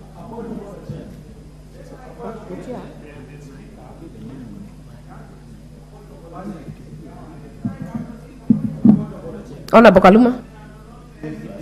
Yes, Chair, I'd submitted my amendments through the committee clerk, Madam Alina Hiro. I think she has gone to check them at the desk of the Speaker. But may I then say this, Honorable Chair? Honorable Chair, may I therefore move, as we wait for that amendment, that you declare Clause 7A and B outright unconstitutional and they be annulled from this bill. And I'm saying this, Chair. These clauses say that if you are a member of Parliament, in Clause A, and in B, if you are a member of the County Assembly, you cannot be the Director General of the authority being proposed here. Honorable Chair, I'm saying this is unconstitutional under a petition because under Article 260 of the Constitution, a member of Parliament and a member of the County Assembly are state officers. And under Chapter 6 of the Constitution, a member of Parliament and a member of the County Assembly are already disqualified from holding any other position from which they can be in gainful employment. So that this provision flies in the face of the Constitution straight away. That without even amendment, Honorable Speaker, Honorable Chair, I request that this Clause 7A and Clause B be removed. Lastly, on Clause D, Honorable Chair, when you say is convicted, when you are drawing a law in relation to qualifications, this means you'll be waiting for them to be convicted upon taking the job. And so it should be, has been convicted. So if they are not being amended as we wait for our copy of the proposed amendments, Honorable Chair, would you declare them null and void, in which case you don't need to nullify them yourselves, and you put the question, we pass this clause with those amendments. Honorable Kaluma, you know you're trying to bring your amendments through the back because I've not seen them, but I'll give Honorable Elachi, then I'll give the Chair. Thank you, Chair. Chair, I just want to support that indeed for this House, looking at how members of Parliament have been treated in other appointees, where we made sure we said a member of Parliament cannot be either a commissioner until 5 years, it has really affected many of the members who have left this House. So the moment you bring it in, if you walk into a judge's court and he decides to interpret it in his way, Madam Speaker, you will, any member who is now no longer a member of this House will not get the job. So, Madam Speaker, we must agree in this House that that is a clause that will ensure, it will infringe in very many people's lives who would wish to do other jobs when they are finished being members of Parliament. Thank you, Madam Speaker. Chair Committee of Health.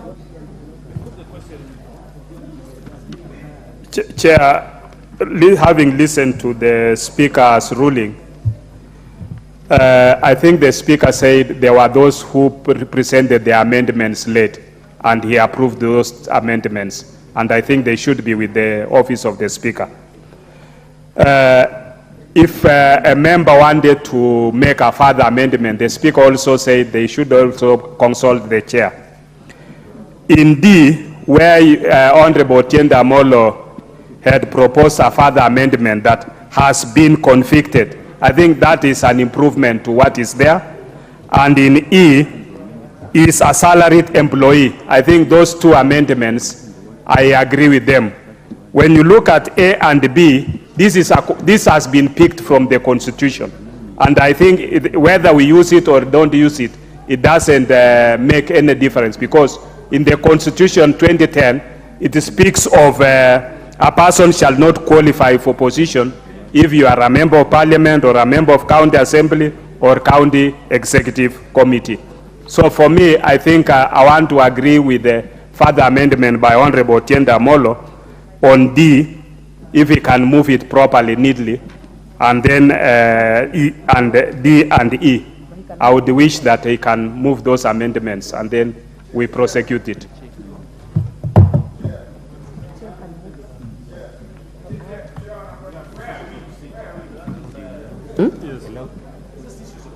It's just procedure. Otiende, you can move those amendments.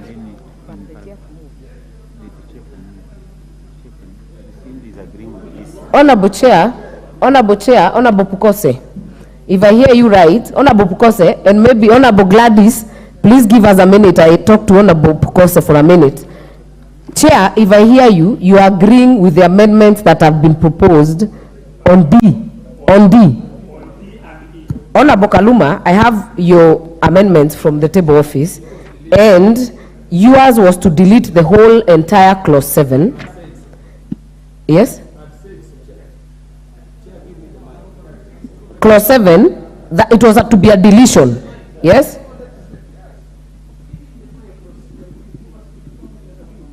Because what I think, Chair, are you agreeing with the amendments that you move as a further amendment yourself by Honorable Otiende? On D, yes? On D and E. And Honorable Kaluma? Yes, you have the mic. Yes, Chair, I'd proposed, as I said before, the complete deletion of clause 7. But you remember I said, if there is improvement, we may go from deletion to sustaining it. And that is why I was saying, I would support the amendment. It's a give and take at this stage. So if Honorable Otiende moves, yes, do you support Honorable Otiende's amendment? I will support. Yes. Even the committee. If Honorable Otiende's amendment is taken up by the committee, you drop yours. Is that what you're saying? I will drop mine, but I will also seek a further amendment to clause 7 by deleting A and B. Okay. And if they don't do that, you will allow me to move it. Honorable Otiende. Yeah. Further amendment is a simple one. We come to clause 7, D. Instead of saying is, we delete is and say has been. In E, add the word at the beginning is a salaried employee. I so move, Madam Chair.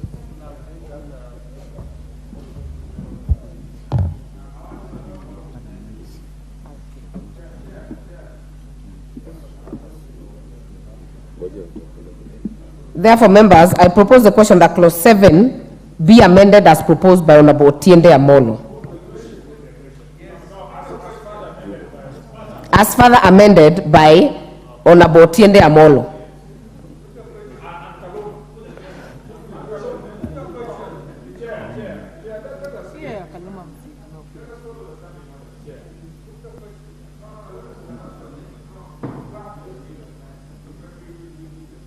Honorable members, there is a leeway for debate at this point, so it's okay. Yes. Honorable TJ, what is out of order? What's out of order is how we are following our standing orders. We are in a conundrum. Honorable Otiende Amolo has made a proposal, and he had already written that letter, and you have it. So his amendment is correct. Honorable Kaluma also has an amendment, and he has written it, and you are with him. Whether it is deletion or not, if you go to the standing orders, the priority one must follow, in my view, is that we start with what is the hierarchy of those amendments. So if we start with Honorable Otiende's, then as further amended by Honorable Kaluma, because Kaluma intended to delete the whole thing. So he can be heard on any of those sections that we are talking about, just in case that he had written his letter to the Speaker, which he has confirmed he did.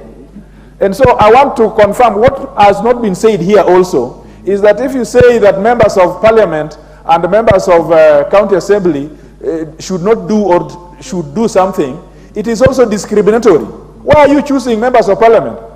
Why are you not talking about cabinet ministers? It is discriminatory. The law itself is unconstitutional because it is discriminatory. You are picking on a specific people and you're choosing on them. Why would you want to legislate against yourself? Why on earth would you want to legislate yourself against something which is discriminatory? Chair. Honorable TJ, I think you're preempting, because we have agreed, and I heard Honorable Kaluma very well, that Honorable Otiende will move a further amendment on D, and you will move yours as amended on A and B, then we will put a global question. Yeah, let us proceed like that, honorable members. So I will not.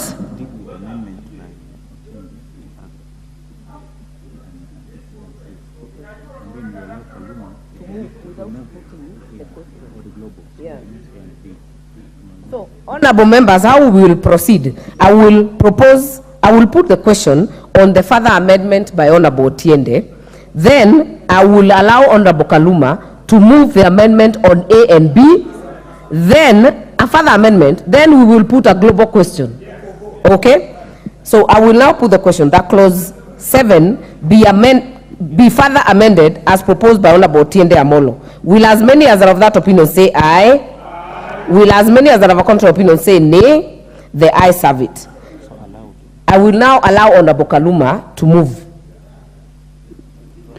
Honorable Chair, I hope Honorable Kajwang is learning. Honorable Chair, I beg to move that clause 7 of the bill be further amended by deleting clause 7A and deleting clause 7B.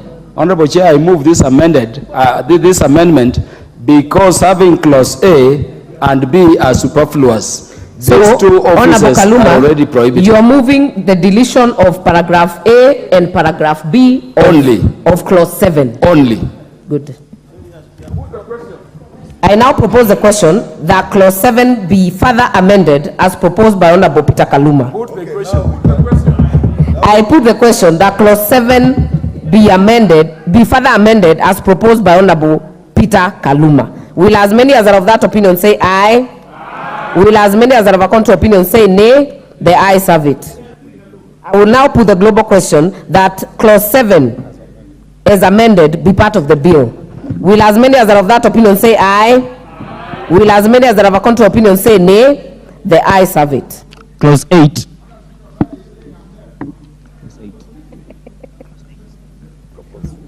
Where is the schedule? It has amendment.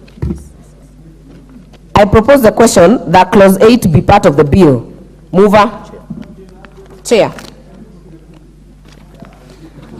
Honorable Chair, I move that clause 8 be amended as per the order paper. Clause 8A in subclause 1 by deleting the words Kenya drugs and substituting therefore Kenya Health Products and Technologies Regulatory. This in line with the name of the board, which should reflect the amended title of the bill and name the authority as proposed for amendment. In B, by deleting subclause 2 and substituting therefore the following new subclause 2, the board shall comprise a non-executive chairperson appointed by the president and who shall 1, be a registered pharmacist of good standing with a degree in pharmacy. 2, have at least 10 years experience in the pharmaceutical sector, 5 of which shall be a senior management level. B, the principal secretary in the ministry for time being responsible for health or a representative designated in writing. C, principal secretary the ministry for the time being responsible for finance or representative designated in writing. D, the Director General for Health or a representative designated in writing.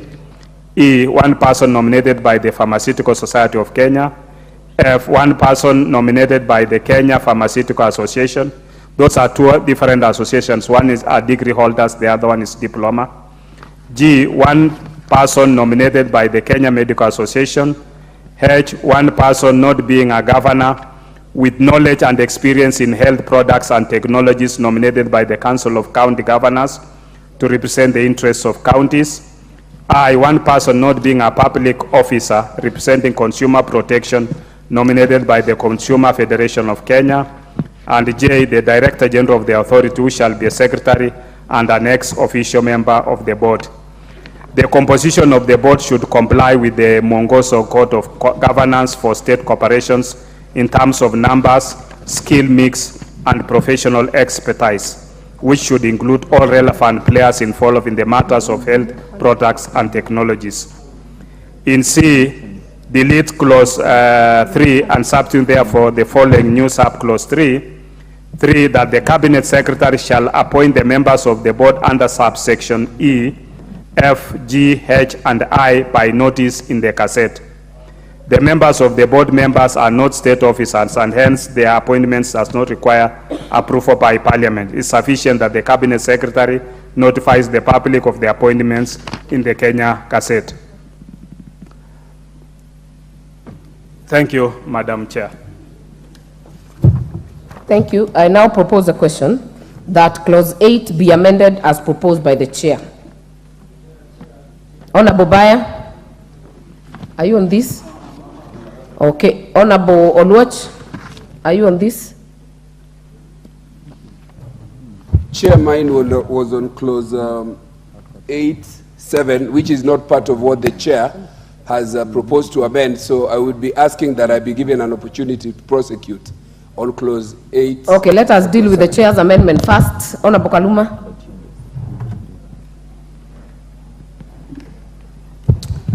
Chair, these amendments by the Chair is diluting very good provisions already put in terms of qualifications and the appointment process for both the chairperson and the members. Honorable Chair, you know these board chairs and the other appointments have been tribalized in the recent past. Honorable Chair, we were just debating the other day here the matter of employees at Kenya Revenue Authority.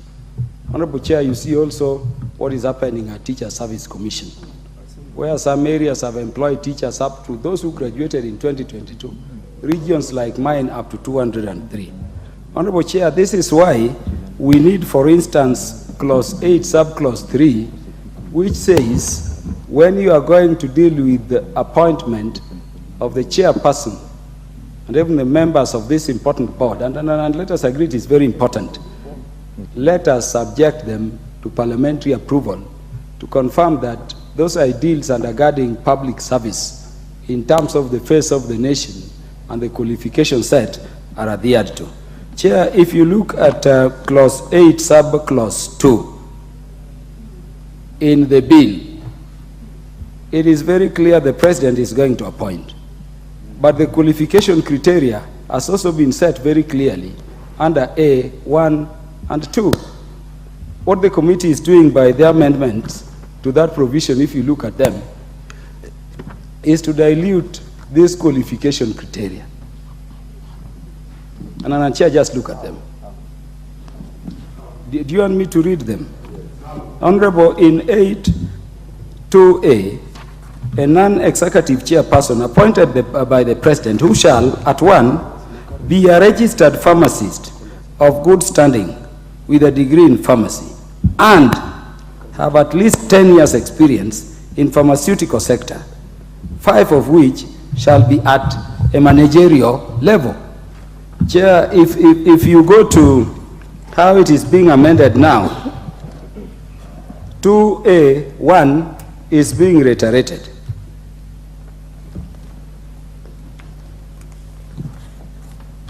I hope the Chair is with me. It is a repetition. And then 2A2 have at least 10 years experience in pharmaceutical sector, 5 of which shall be at senior managerial level. Chair, the question is, what is being amended? Nothing. So you leave the bill as it is. I thank you, Chair. Chair, Honorable Kaluma, if I look at the bill and the amendment doesn't have to be in 2A. There are other sections under 8 that are being amended. Yeah, from B all the way to J. Chair. Chair, my issue is an issue of neatness. If you are not amending by deletion or substitution, you don't need to amend. Honorable Tiende. Yeah. I had proposed amendments which I'll be moving and I've actually shared with Dr. Pukose, and I think we're in agreement. But only on the issue that has been spoken to first. The difference I see in what's being amended, proposed for amendment, and what's there is the idea of approval of Parliament. In the bill as presented, there is the requirement of the cabinet appointing with the approval of parliament. The essence of the amendment is to remove that bit of approval of parliament. Secondly, Chair, when I identify the clauses that are allowed for the cabinet secretary to appoint without, it's E, F, G, H, and I. As I see it, those are clauses where other bodies will have nominated the person. So that even if we don't approve by parliament, the responsibilities for those other bodies. It would actually be wrong for, say, the Pharmaceutical Society of Kenya to nominate their person, then it's brought here, then we reject, So for me, that's why I have no problem with amendments as proposed. But with your permission, Madam Chair, could I move the amendments that I had proposed and it's only in one clause? Not yet, Honorable Tiende Molo. Thank you. In fact, yourself and Honorable Watch will do, but let us prosecute this amendment first. Honorable Makali Mulu.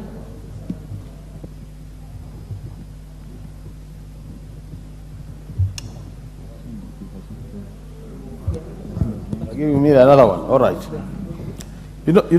Honorable Chair, I've listened to the proposed amendments, and I have concerns with the chairperson's qualifications. Honorable Chair, while I do agree that we need very specific qualifications for the CEO, I think for the chair of the board normally is for policy and strategic direction. On a serious note, we have so many parastatals in this country. I don't think we've gone to that extent of dividing the qualifications for the chair. Why do we want to treat this special board as a special board? I think for the chair, let's leave it open. Someone who can really chair a board and provide policy and strategic direction for this important authority. And it will be done.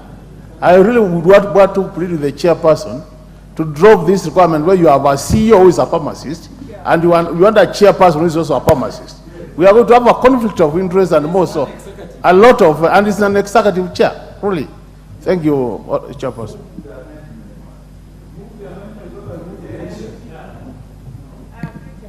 Chair.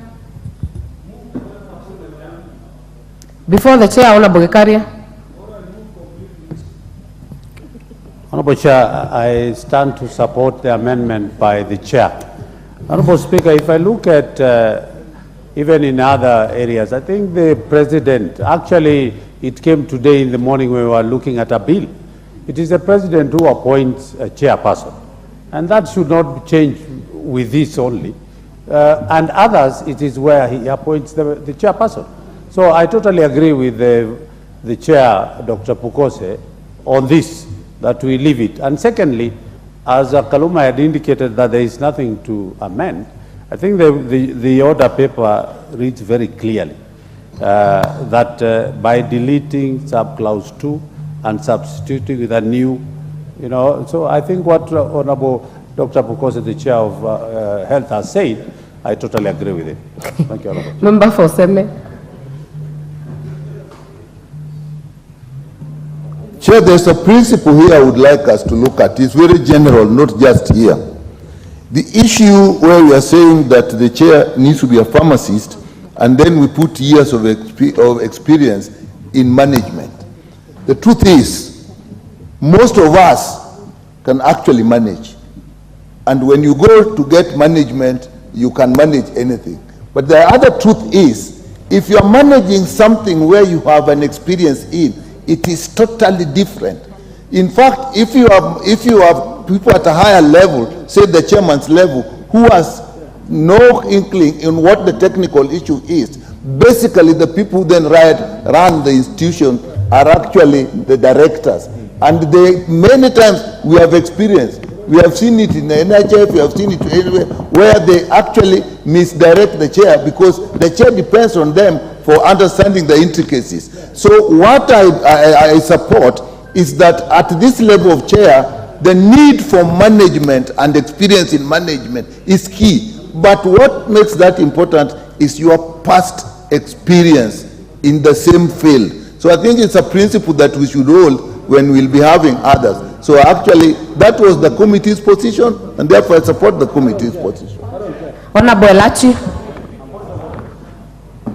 Chair, while I agree and disagree, this is a board. And in every board, we believe that every person brings in different ideas and how to build this board. Now, you've given us all who have just pharmacists. What about the trends that are happening in the country? What about an IT person? What about, because I believe in every board, that is why the boards are put, you must have different, you must have a financier, you must have, but if we put everyone from one, and let me ask, the ones who are going to be appointed by the cabinet secretary, so those ones, and you know today you have this one, tomorrow you have a different one. I believe the chair can have good governance. Thank you, Honorable Lachi. Honorable Baya. I want to agree with Honorable Dr. Nyikal, who has been once a principal secretary and also Director General of Medical Services. Gentlemen and honorable members, I want to say this. If you look at the people that are coming in, E, F, G, H, there are people who are well versed in these areas, very well.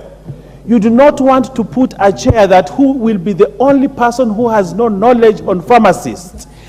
He will be swamped by the ideas of these people, and you also do not want to put a Director General with a chair who may not even understand. I want to push that principle that pharmacists manage this organization in such a way that the board chair needs to even be a stronger pharmacist than any other person there, for us to ensure the problems we have in this country, in some of these parastatals, is where we have people who have no knowledge in the areas they are appointed in, completely managing entities, and you think that you'll have efficiency. Honorable Chair, we need to put our stamp down and tell them that pharmacists, if we are going to have a Director General who is a pharmacist, the chairman should even be a more qualified pharmacist. Honorable Speaker. Honorable Member for Nyeri Town, Honorable Maina Mathenge. Thank you, Chair. Chair, I'm a member of the committee and I'm supporting the chair's and the committee's amendment. Yes. Chair, the practice of pharmacy is not any other ordinary practice. We are putting our own lives on the line. We are putting the lives of our people on the line.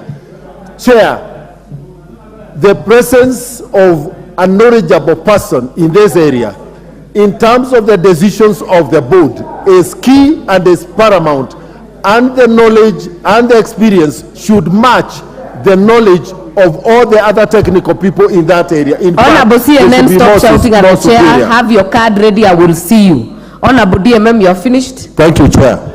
Okay, the next one I'll give the member for Kiminini, Honorable Bisau Kakai.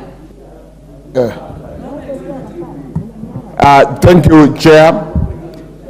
While I support what the chair has brought on the floor, I'd also like to state that the problem we have today in the medical sector is an issue where we talk about pharmacists without looking at the end of the chain. If we are talking of a pharmacist with some medical supply chain experience, is good. Today we are talking of medicine in our warehouses, whereby yes, you get a pharmacist, drugs are there, they can even tell you the composition in terms of chemical composition, but to move it from point A to point B, to ensure that there is a steady supply chain. So to me, Chair, I would wish that yes, we talk of a chair who is a pharmacist, but with some medical supply chain experience, so that you merge the two. We get a chair who understands the composition of the drugs and the items, but can also ensure that the items move to the place. You've made your point. Member for Tinderet. Chair, I rise to support the chair of the committee and what the majority have just put it. The problem we have in KEPSA is a result of appointing non-professional officers, people who do not understand some of the issues that are going on. If you don't have a pharmacist to understand pharmacology and the drug chain in the whole sector, it will actually be a problem. I want to ask that the members, we support what the chair has just put across, and it is actually very self-explanatory and is very clear. I thank you, Madam Chair. Honorable Kaluma. Chair, Clause 8 speaks to the appointment of a non-executive chair by the President. Remember, Chair, we had said the Director General is the Chief Executive. Yes. It's a technical person. Yeah. The non-executive chair, the word non-executive is being put there so that it's not in terms of execution or enforcement. His is to give leadership and to chair. We cannot be restricting the President so much that the board cannot operate other than with a pharmacist. Chair, I anticipate a board. If you can chair this house in plenary the way you are doing so well, Chair, why can't you chair this board? Yes. We are seeing a situation here, Chair, if you look at Clause 5, Clause 6 going down, where work is being made for pharmacists. The initial Clause 5 included even engineers because we had even medical technological appliances and equipment. That one has been deleted. Pharmacy everywhere, including in chairing a meeting. What are you doing now, Chair? You want to be informed by the Deputy Speaker? I request that we either delete Honorable this Kaluma, or, Chair, you allow me do you want to be informed? My amendment to delete this entire. Do you want to be informed by Honorable Gladys Boss, the Deputy Speaker? The Honorable Speaker taught me I'll always be glad to be informed. Honorable Gladys Boss. Yeah, thank you, Honorable Speaker, Chairperson. Yes, I think we are losing the objective of this particular bill. The objective of this bill is to move Kenya from maturity level 1 to maturity level 3 at a minimum, but we actually want to achieve maturity level 4. The reason why we have not achieved maturity level 3 is because, according to the WHO global benchmarking tool, we are allowing pharmacy technologists to hold certain positions and to be involved in the regulation. All we are doing by putting the word pharmacist is to ensure that we meet the WHO standards. That way Kenya can become competitive and be able to sell its drugs manufactured in Kenya to the entire world. At the moment, we are only selling to Uganda and maybe Burundi. And if you, just for you to tell you, Kenya's regulatory capacity now, as our law is, if we don't amend this today, we are going to remain at the maturity level 1. I can tell you which countries are maturity level 1. Somalia, Burundi, Uganda, and Kenya. Currently, the countries that are maturity level 3 is Egypt, South Africa, Tanzania, Ghana, and Nigeria. And today, Tanzania, within the next 6 months, will be maturity level 4.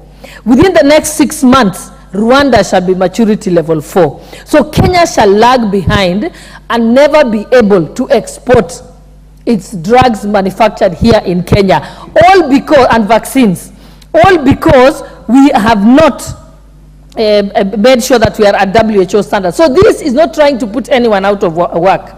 We are just trying simply to become a pharmaceutical manufacturing country that is capable of exporting. That is the bigger picture. We don't want Kenya to lag behind on this particular point. And in fact, if you want to confirm, Kenya has been trying since the last parliament to achieve this status.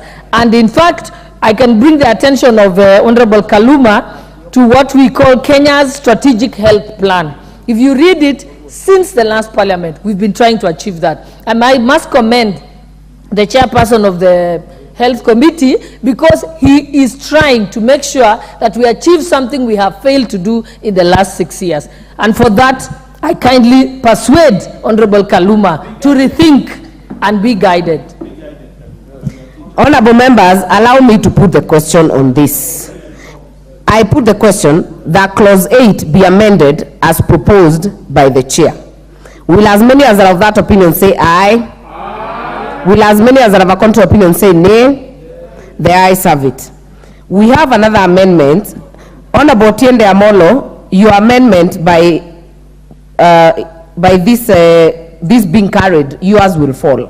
because you wanted to amend you wanted to amend paragraph J, and the import of this being carried is that yours is dropped. Honorable Oluoch, yours falls.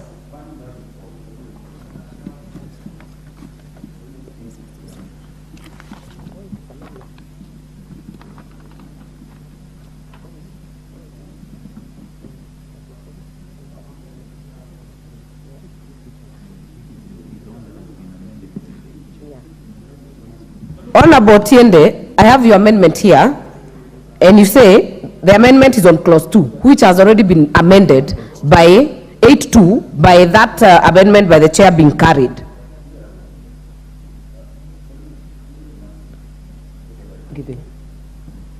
Chair, I actually have the benefit of having discussed this with Dr. Pukose, and we are in agreement. It's only that procedurally we had to move. I had initially thought that the suggestion by the Honorable Gikaria would carry us faster. That is, where there's an amendment proposed by the chair and there's a discussion to improve it, if you then allow the chair himself to move a further amendment rather than even me moving an amendment after, it would be faster. And my understanding, Chair, my understanding first, there's a grave clerical error in this amendment number 8.2. If you look at the original, the provisions in the bill, it does not amend H. H reads exactly the way it reads in the bill. And therefore my amendment, my further amendment would still be relevant in respect of the bill itself. And my amendment on that bill, and we're in agreement with Dr. Pukose, is only this. The clause H, 8.2H, mistakenly talks of Council of County Governors. While we all know that... Which one are you reading on about Tiende? Is it the bill or the amendment? Because we've already put the question on the amendment by the chair. I'm on the bill, and they read exactly the same. In the bill, 8.2H is exactly what is 8.2J of the bill. On that, there is no amendment. What was amended was the numbering, and therefore the substantive amendment on 8.2J still remains relevant. It doesn't remain relevant, Honorable Otiende, because I know you know this. We've already carried the amendment by the chair. So we cannot refer then to J on the bill, because the amendment has been passed. Honorable Chair.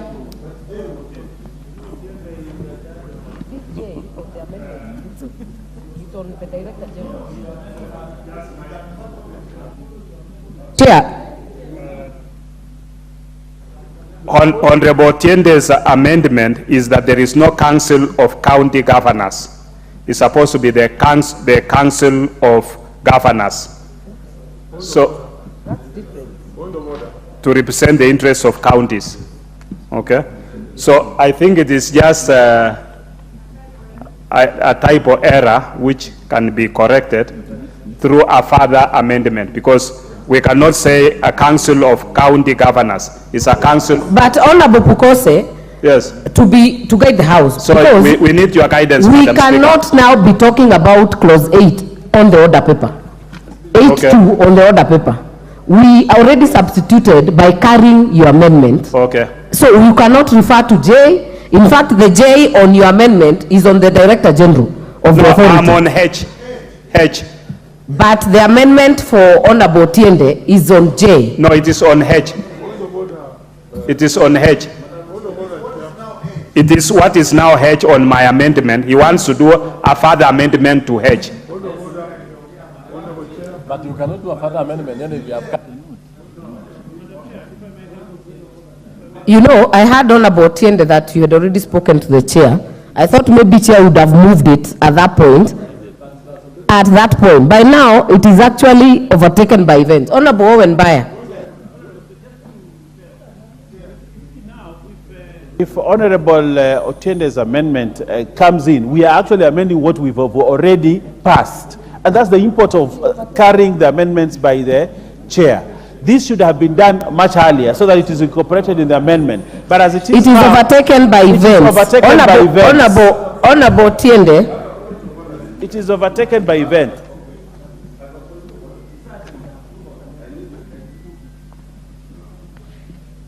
Honorable Tiende, are we on the same page? Give him the microphone. As a point of order, Chair, first of all, I think we're becoming more rigid than the way we were guided to proceed. Because that rigidity will lead us to spoil this mood. Madam Chair, I have my written amendments, and the Speaker allowed me to move on them. When the Chair spoke, you guided that I wait for the Chair to finish, then we finish with it, then I will move my amendments. Now you are telling me I cannot even move the amendments. That leads to that rigidity that does not help us. Honorable Tiende, I think I will be the last person to be accused of rigidity. All we have been doing this afternoon is actually accommodating members. This afternoon, the whole time. And Honorable Otiende, I have your amendment here. And your amendment is on part 2J, AI and J of the bill. And it is totally different when the proposal and the amendment of the Chair has already been carried. If the import is that your amendment falls, we cannot now say to reduce rigidity that we go against our own standing orders. We have another amendment by Honorable Oluoch, which you will prosecute because it is not impacted by what has already been passed. Yeah, so I think let us make progress. Honorable Gekaria, what is out of order? No, Otiende, don't do that. Honorable Chair, you have guided us very well, and we appreciate. Actually, at one point, Honorable TJ Kajwang said the way you are moving, you can even be a chair of anything. So, Honorable Chair, I think what we just need to do is to accommodate each other and accept, like what Honorable Dr. Otiende is saying, since they had agreed with the Chair, and the Chair then needs to assist us by moving what Dr. Otiende had indicated. Other members, let us hear each one member at a time. Member for Seme. The principle I know that if one amendment is carried, which nullifies the other, is if that amendment actually removes what was going to be amended. But in this case, what Honorable Tiende intended to amend is still there. And actually it is a very, not a very big amendment, and it's actually just technical. It still exists in the bill. Yeah, except it's the renumbering where it was J, now it is H. Honorable member for Seme. Yes. Let me just guide a bit. Or let us hear what, we have been very good this afternoon. Yes. I don't want us to go south. So if I want to just say, just to give the way forward, because we have already replaced, you cannot now read 8.2. We have put a new section altogether by having the amendment of the Chair. So any member who had amendments on 2 has nothing to amend. And no, honorable member for Seme, the only recourse for this will actually be to recommit. The only recourse for this specific one will be to recommit. Yeah, it's the only way out. I will allow Honorable Oluoch to move, but before Honorable Oluoch, what is it, Honorable Omboko? Thank you. And Honorable Chair, I want Otiende to listen to me and this court. Indeed, the amendments of Otiende Molo, as you remember, had been spoken on by the substantive speaker. But indeed, you are further explaining well that the fact that the chair went early makes his amendments not to fall. But the way, the direction you are taking for me is good, because we need to retain the good understanding which we knew that this particular bill will have, and therefore consensus will be important. So if that amendment, and we have already seen it, is a small one that is actually more of just technical error and grammar, then let's carry it to recommittal so that we don't lose the spirit that otherwise we were moving with. And that's my comments, Honorable Chair. That amendment can be carried. Yeah. Honorable Kaluma, I want to bring this to a close. Chair, I'm relying on your great wisdom this afternoon. And Chair, this afternoon you've given members a lot of latitude. And this is how legislation is best done. Chair, I hear Honorable Tiende Molo to be saying that the clause he desired to amend does still exist in its substance, word for word. And if it is so, I hear him to be saying the only thing which has happened is that it has been renumbered following the amendment by the committee.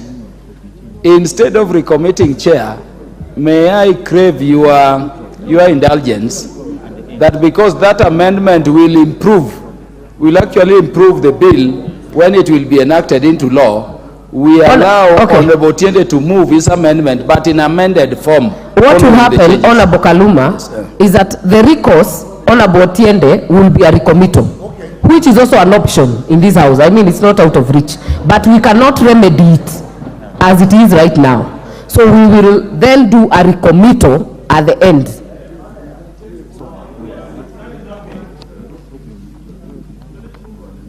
I will then allow Honorable Watch to prosecute his amendment.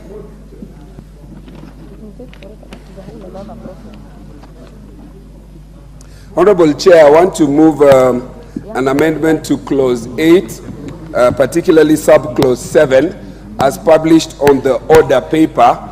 And the import of these, which I have tried to persuade the chair through the deputy speaker, is to add a language of the Constitution that includes, after regional balance, fair representation of persons with disabilities. And I see the chair is in concurrence that the proposed amendment be carried. I so move.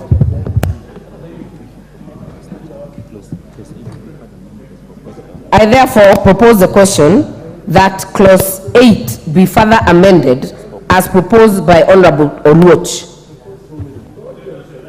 I put the question. I therefore put the question that clause 8 be amended as proposed by Honorable Oluoch. Will as many as are of that opinion say aye? Will as many as are of a contrary opinion say nay? The ayes have it.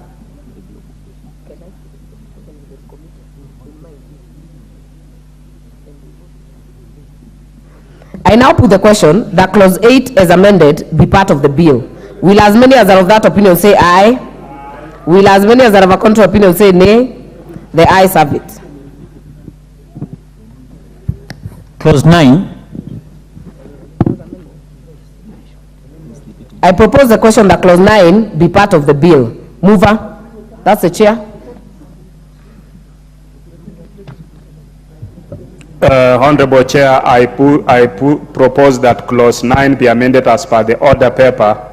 This is a provision contradicts the legal framework for appointment of the chairperson, board members, and CEOs of state corporations or state autonomous government agencies.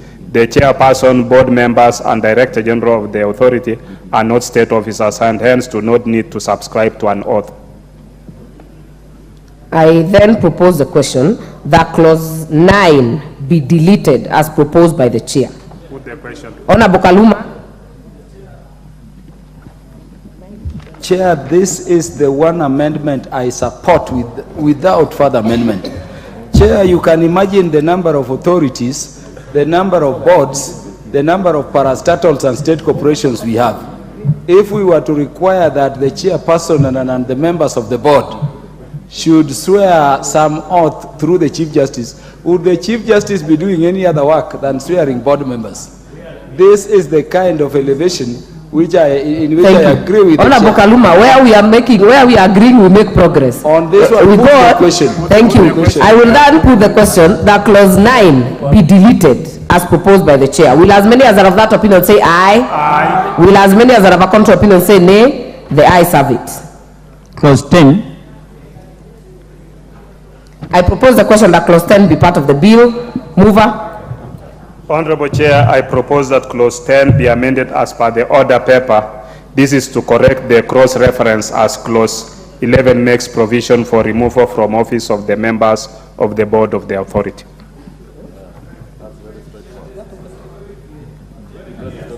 I therefore propose the question that clause 10 be amended as proposed by the chair. I put the question then that clause 10 be amended as proposed by the chair. Will as many as are of that opinion say aye? Aye. Will as many as are of a contrary opinion say nay? The ayes have it. I now put the question that clause 10 as amended be part of the bill. Will as many as are of that opinion say aye? Aye. Will as many as are of a contrary opinion say nay? The ayes have it. Clause 11.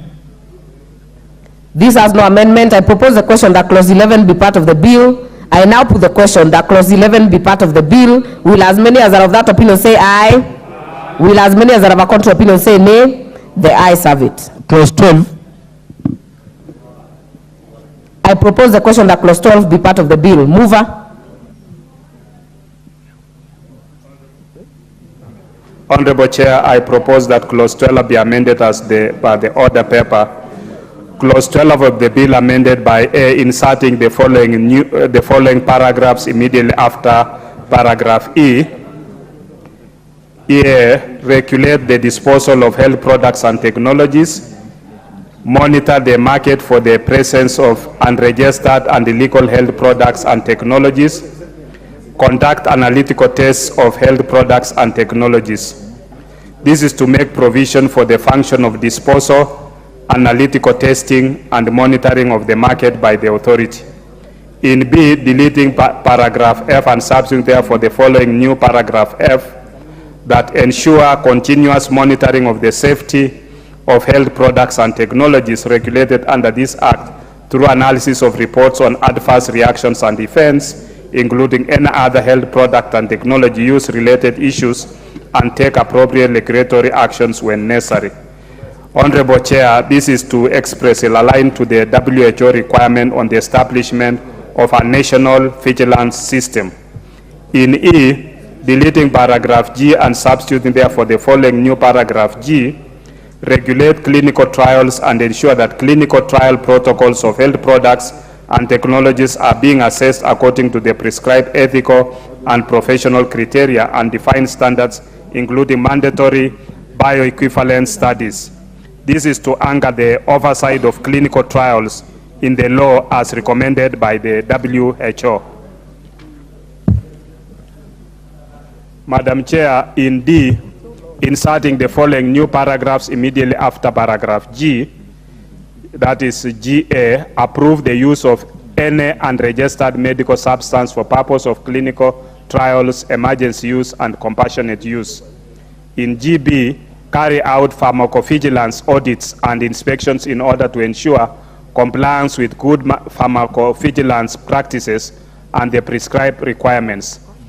Honorable Chair and members, this is to provide for approval of health products and technologies during emergencies and to provide for pharmacovigilance, which check the safety of health products and technologies. In E, deleting N and substituting therefore the following new paragraph N, appoint inspectors and order inspection of manufacturing premises, medical devices and establishments, importing and exporting agents, wholesalers, distributors, pharmacies, including those in health facilities and clinics, retail outlets, and any other premises and vessels subject to regulation under this Act. This is to specify the premises subject to inspection by the authority.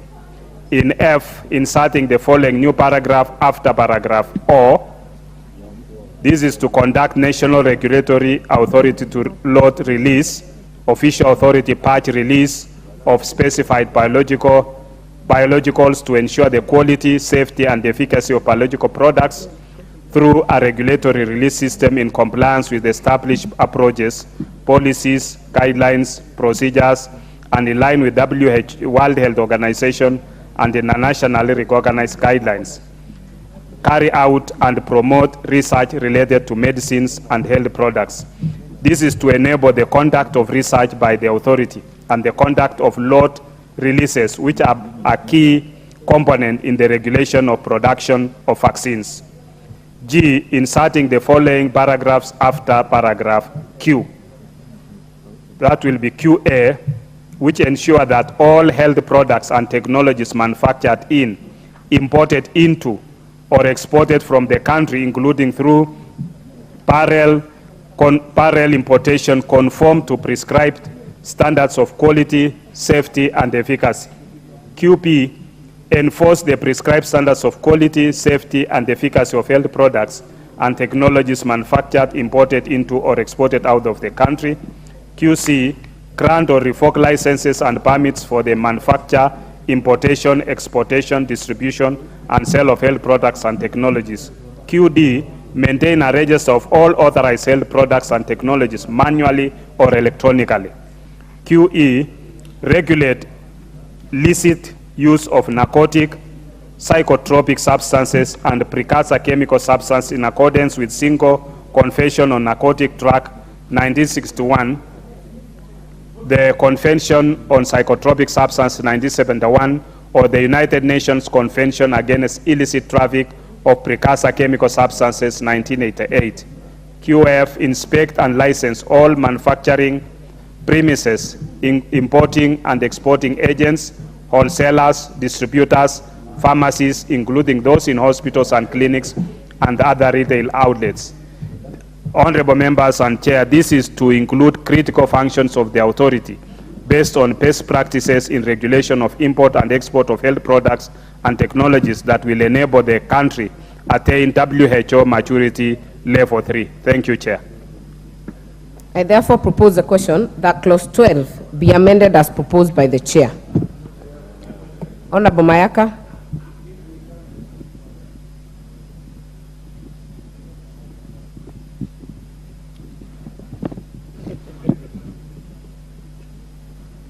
Thank you, Honorable Speaker. Honorable Speaker, I just want to, in particular, support the insertion of Part D, which in essence says that it gives approval for use of any unregistered medicinal substance for purposes of clinical trials, emergency use, and compassionate use. Honorable Speaker, the reason why I'm supporting this particular clause is because it will now allow for substances like cannabis for medicinal purpose, famously known as bangi, to be able to be used by cancer patients. And Honorable Speaker, the reason why I'm very passionate and advocating for this is because, Honorable Speaker, I had an auntie who was a cancer patient. And one of the things that really kept her going was because she was able to use some bangi substance. And so by inserting this clause, it actually allows our hospitals, the home care providers to be able to use unregistered medicinal substance that is able to assist these people to continue to be able to maintain and have. You can't oppose. I think you've made your point, but we are on the amendment by the chair. That's the amendment by the chair. I'm just giving more meat into why the but do not debate. Should be carried. Honorable Mayaka, do not debate. The bill has already gone through second reading. Do not debate. Honorable Kangogo.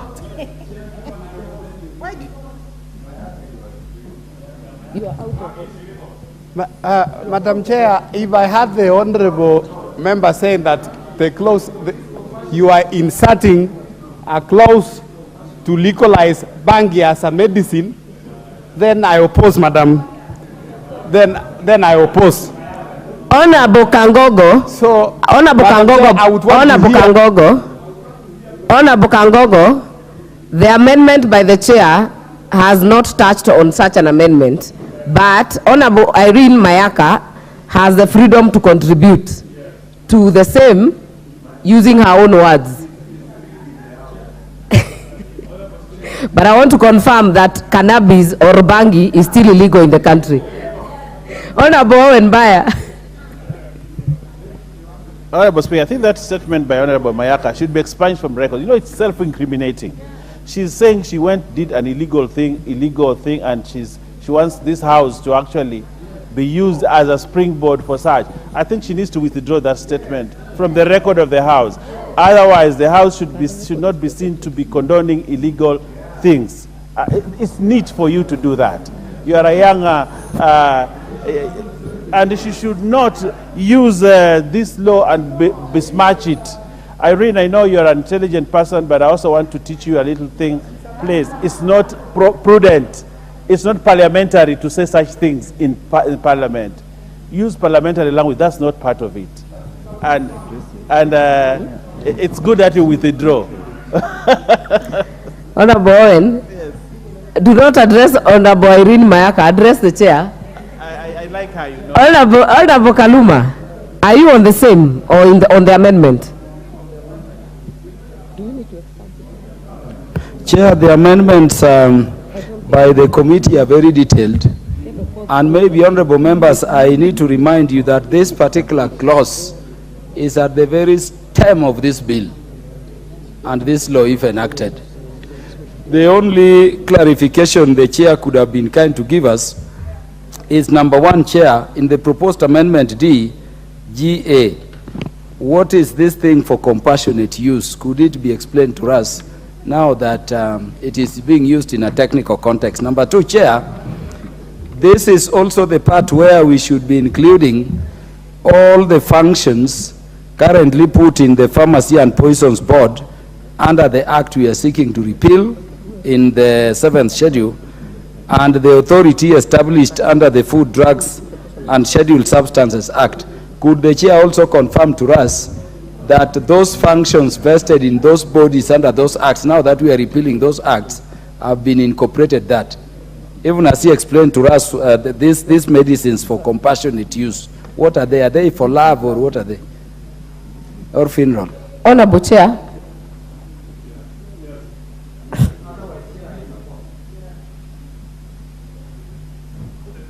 Honorable Chair, any reaction to the members?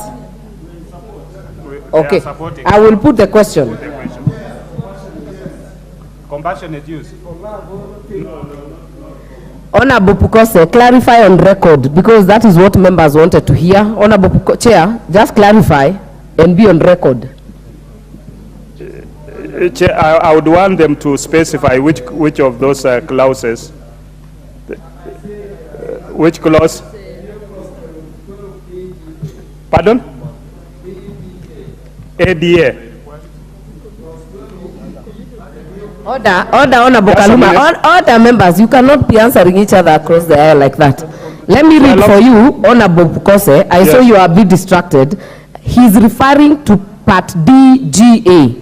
And the issue is approve the use of any unregistered medicinal substance for purposes of clinical trials, emergency use, and compassionate use. And the question is, what is compassionate use? Can you clarify that?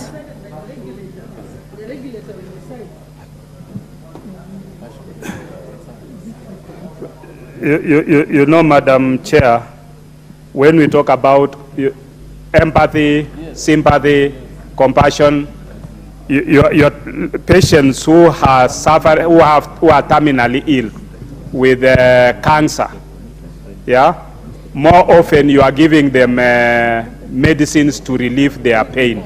It is for compassionate use.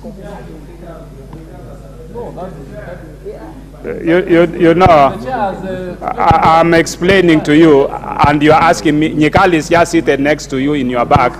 You would have consulted him silently, and he would have given you. But now you want the rest of the house to hear, and the nation, and therefore I'm giving you, yeah, that when patients are terminally ill, they have cancer, and they have reached a stage where you're only managing the pain. Yeah, you're only managing the pain, knowing that the drugs you are giving are not going to cure that patient. So, pardon? No. Honorable Kaluma. Of palliative care. Honorable Kaluma, you know that is illegal in the country. Yes. So I wouldn't want to go into that direction, Honorable Kaluma. Yes. Honorable Nyikal, I note you have an amendment. You have an amendment which will come after this. Yes. Yeah. Hold on. Put the question. Okay, honorable members, I will put the question that clause 12 be amended as proposed by the chair. Will as many as are of that opinion say aye? Aye. Will as many as are of a contrary opinion say nay? The ayes have it. I will allow Honorable Nyikal to prosecute your amendment before we put the global question on this clause. Chair, mine is to amend as in the order paper, and that is under T, to amend clause 12 as in the order paper, and that is at T, 12T, responsible for its human resource and management and development. Chair, I thought this we don't need here, and I'm proposing deletion because here we are really dealing with technical issues, and I think the issue, if we bring this one here, we'll confuse issues with the management of personnel, which will come in a different act or will remain in the Pharmacy and Poisons Board for the time being. That's why I'm proposing we delete T. Did Chair follow? T. So your proposed amendment is to delete T. Paragraph T. T. Yes. Yes. I will propose the question that clause 12 be further amended as proposed by Honorable Nyikal. Yes. To delete T, I've explained. Yeah, because T is dealing with human resource. Chair. Honorable Chair. I agree with the amendment by Honorable Nyikal. It's a good amendment. Therefore, honorable members, I put the question that clause 12 be further amended as proposed by Honorable Nyikal. Will as many as are of that opinion say aye? Aye. Will as many as are of a contrary opinion say nay? The ayes have it. I now put the question that clause 12 is amended be part of the bill. Will as many as are of that opinion say aye? Aye. Will as many as are of a contrary opinion say nay? The ayes have it. Clause 13. I propose the question that clause 13 be part of the bill. Mover. Chair, you have an amendment on clause 13. Move it. Honorable Chair, I propose that clause 13 be amended as per the order paper. This is basically to comply with WHO requirements for regulatory functions in the global benchmarking tool, especially on control of imports and exports. In deleting paragraph A and substituting therefore the following new paragraph A, collaborate with such other bodies or organizations within or outside Kenya as it may consider desirable or appropriate for the furtherance of the purpose of this act, and in B, inserting the following new paragraphs immediately after paragraph A, adopt and implement any such internationally recognized good regulatory practices. B, determine and implement effective and efficient reliance mechanisms. C, issue, suspend, withdraw, or revoke any license or compliance certificate granted under this act. D, levy, collect, and utilize fees for services rendered. E, grant or withdraw licenses and permits to manufacturers, wholesalers, retailers, importers, exporters, and distributors. F, develop guidelines on the manufacture, import, and export, distribution, sale, and use of medical products. All right, members, I propose the question that clause 13 be amended as proposed by the chair. Honorable Kaluma. Who is yourself? Yeah, Chair, the amendment at 13A is appreciated because the 13A in the bill was too restrictive. You know, it is replacing enter into association with collaborate, because going into association is different and may be too difficult. So that is an amendment, Chair, that I support, as I indeed do the other amendments. But Chair, I'm worried about some additional amendments which ought to be in 13, which I wanted to submit for the House for consideration, and I may be the mover.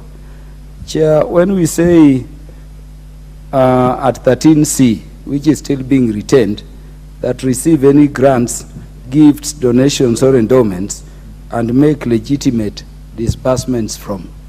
Chair, you know some restrictions under Chapter 6 about what gifts can be received and to what amount, and there is a law on it. Chair, when you say opening bank accounts for the funds of the authority, is this necessary? And more so in an act of parliament, maybe in a schedule or in some regulations, really. But this is administrative. Chair, when you say establish, such committees as it may consider, we may leave that. But this C and D, as I support the amendments by the chair, I would, request the good chair that in the spirit of moving forward, he also considers making those additional amendments, because they may be not only superfluous, but they may also open, this board to corrupt practices. I thank you, Chair. Honorable Kangogo. Madam Chair, I want to support the amendment by the Honorable Chair Pukose, especially Part A of it, which brings about collaboration in line with the WHO, and also, Madam Chair, in the field of medicine, it's always good to associate and to work with professionals and best practices all over the world. So this one, I think it will have a lot of value. But again, Madam Chair, maybe the point raised by Honorable Kaluma in terms of this issue of gifts, grants, Madam, I think can be abused, Madam Chair, maybe unless we get it from the Honorable Chair Pukose to tell exactly how is this one going to be carried out. Thank you, Madam Chair. Honorable Meli. Thank you, Madam Chair. Madam Chair, I want to support the amendment by Honorable Pukose. It's more specifically on issues that have been raised by Honorable Kaluma, especially on the issue of levy, collect fees, open bank accounts, as indicated by Honorable Pukose, that this body or the DG is supposed to relate with other peers in other parts of the world. For example, the UN can gift this country, maybe in form of drugs, can give the in form of grants and all these others. So the institution will be receiving them officially as part of the relationship with the peers and other institutions. Two, even the exchange of information about a particular drug, a particular idea, a particular knowledge in particular field. So the fact that we are putting gifts here, putting grants here, it is not the individuals in those offices. It is to the institution of the authority led by the Director General, which are supposed to have it. I propose and support. Honorable Martin Owino. Chair, I also want to rise to support this, and especially the authority is not going to work in silo. It's going to have global practice. That's why even even clause B AA is very, very important to adapt and implement any such international recognized good regulatory practices. So it's going to be very wide. So I support. Thank you. Member for Ruaraka.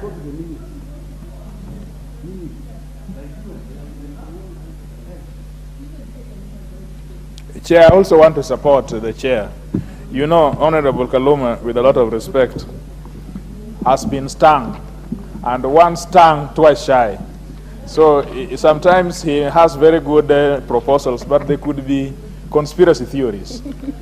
You see, the law proceeds on the premise of good faith, that these things will be legal, that these things will be from official purposes. In any case, these corporations or these agencies we are creating are amenable to our PIC.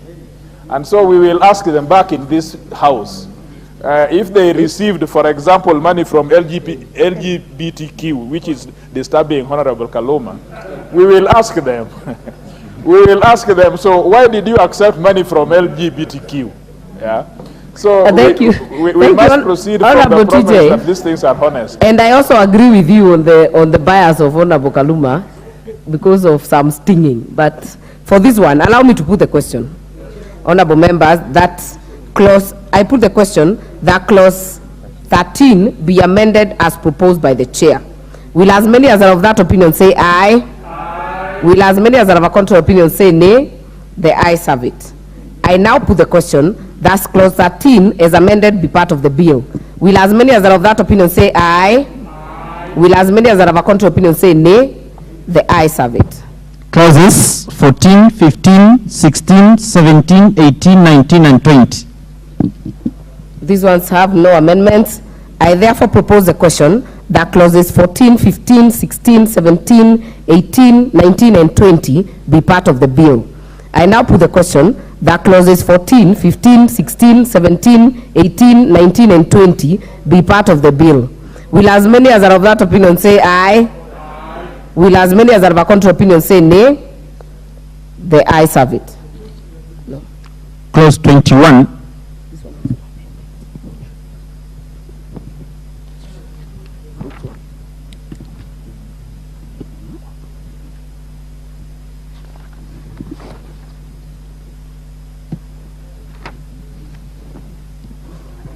Honorable Kaluma,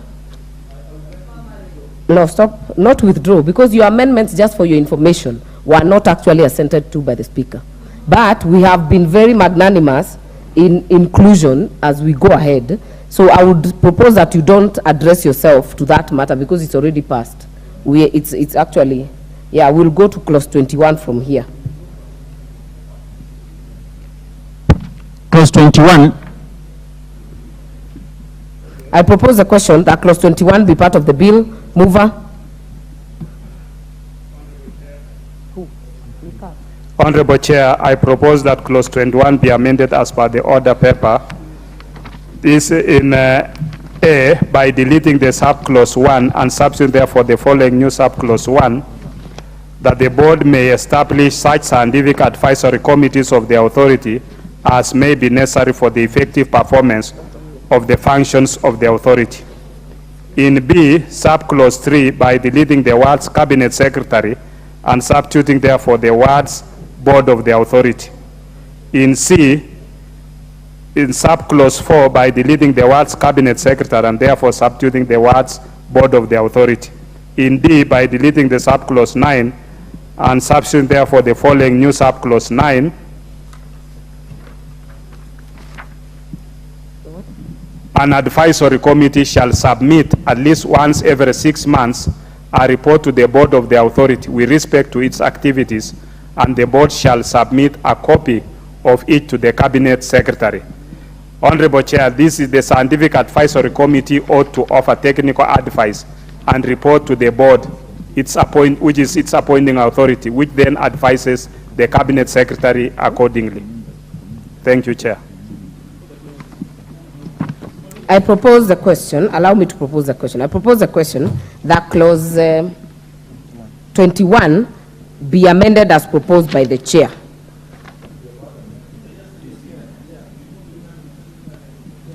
Honorable Kaluma.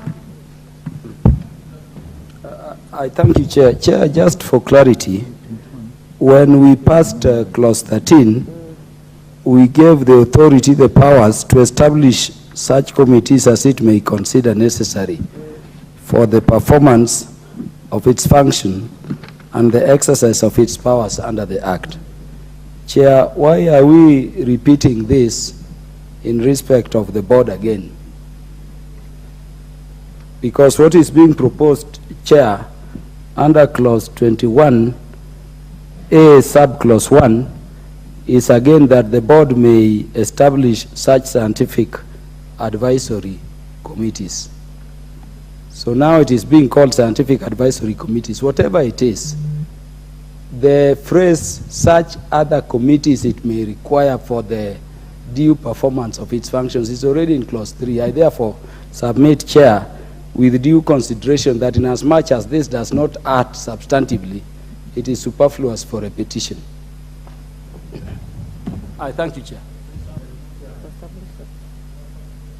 Honorable Makali. Thank you, Honorable Chairperson. You know, Honorable Chair, unless we want to treat this board as a very special board, boards would normally operate with its subcommittees. We are what we call board subcommittees. And the Honorable Chair happened to have been a member of a board. So when we talk with a bit of experience. I think from what Kaluma is saying, it's important that we don't make this board look so unique that it is not part of, it's not under the management of the other parastatals. Because we have so many parastatals in this country, they are all led by boards. So we have to be very careful not to open some floodgates here where you get requests of boards here which will be very unique, and then they bring complications. I wish that we could still adhere to the standards set in terms of board's operations. Honorable Chair, for the committee, I think the two members are raising the same issue in terms of being superfluous in the drafting, the way it's drafted, as has been passed under clause 13. So kindly respond to that. Wait, Honorable Chair. Wait, Honorable Chair. Let us hear Dr. Otiende first. Thank you, Chair. Chair, as the committee chair considers that, if you look at the bill as originally drafted, it appears clause 21 was tailored for where the cabinet secretary is the one in charge of this process. But now we are changing it to the board. And the effect of doing that is to do what exactly my colleagues are saying. You're actually creating advisory committees that are parallel in the same organization. Secondly, as even the amendment allows the board the discretion, it says the board may. But then after allowing the board discretion, when it comes to the new advisory committee, then you now say they will submit a report every 6 months, and that report, the board shall submit that report to the cabinet secretary. So you are then not establishing an advisory committee of the board. You are actually advising an advisory, you are appointing an advisory committee of the cabinet secretary, because the board now does not have a discretion whether to submit or what to submit. That when it gets it shall, it doesn't even use the word it may. Therefore, I think there's a conceptual problem with this whole, reformulation of clause 21. Thank you very much. Thank you. Is that the last contribution, members? Meli, Honorable Meli, you will wind it up, Honorable Pukose. Yes, thank you, Chair. I think what the draft or the amendment by the Chair is actually insinuating is that this is a committee of the board. In effect, it is a committee that is reporting to the board, and the board, which is actually the drugs authority, shall report to the CS.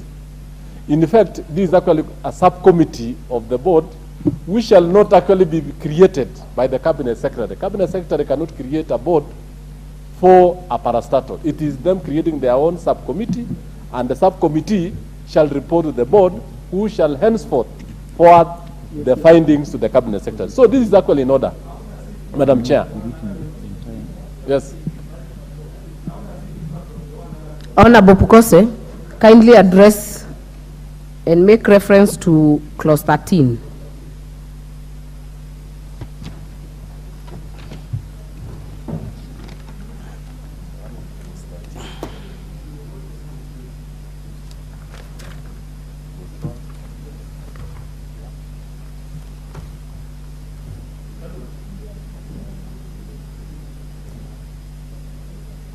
In clause 13, Madam Chair, we are talking about the collaboration of the bodies or organizations within or outside Kenya as it may be considered necessary. Then we are not talking of any subcommittee that has been established in clause 13. I'm not seeing any subcommittee that has been established in clause 13.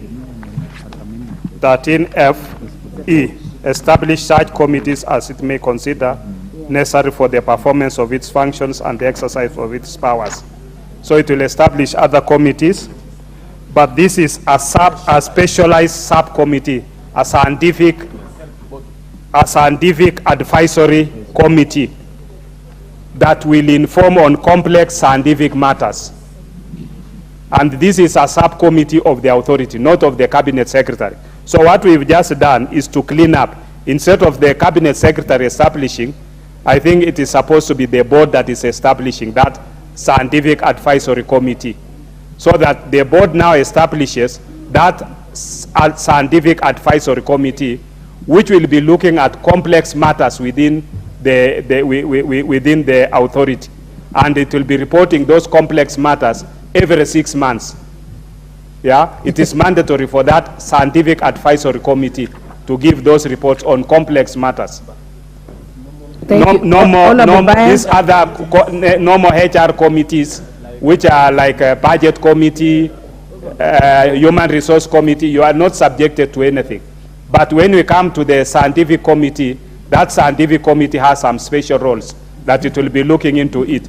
And once it has advised the board, then the board can now advise the cabinet secretary. Okay, Honorable Owen. Chair, I think there is a difference between the committees that are set in 13E. Establish such committees as it may consider necessary for the performance of its functions. My understanding, Honorable Chair, is that these are normal committees that look at human resource, that look at budgets, that look at audits in the management of the functions of the board. But then there are those that look at the scientific aspect, and that's why this law is very clear and says establish scientific advisory committee.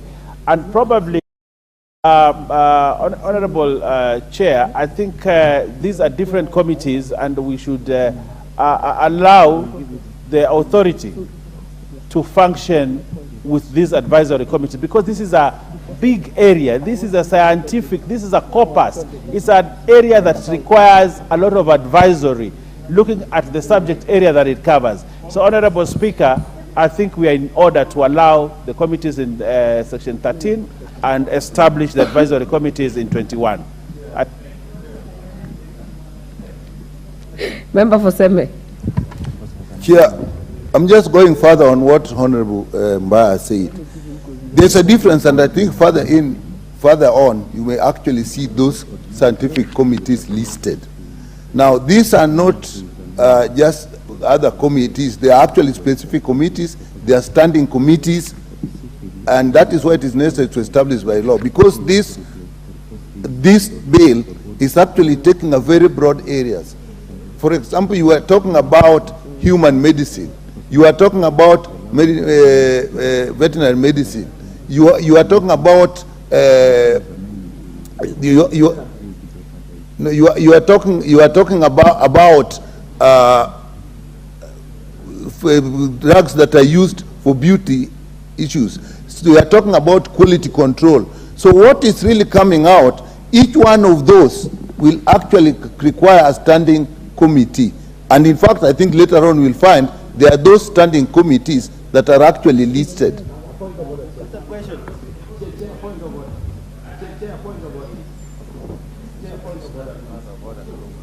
Order, members. Let us hear Honorable Kaluma, then we'll hear Owen. Very lastly, Chair, if you look at clause 21 in an amended form, Honorable Chair of the committee is being distracted. It says the Cabinet Secretary may establish scientific advisory committees as may be necessary for the performance of the functions and powers of the Cabinet Secretary under the Act. The point I'm making, Chair... Yeah, but Honorable Kaluma, we have an amendment on the floor. Yes, that is what I'm going Please address the amendment. So I'm saying, yes, Honorable Chair, that amendment derogates from the substance of this provision. The committee they are talking about is the committees we spoke about in clause 13, where the board and the authority can form any committee. Let me make mine.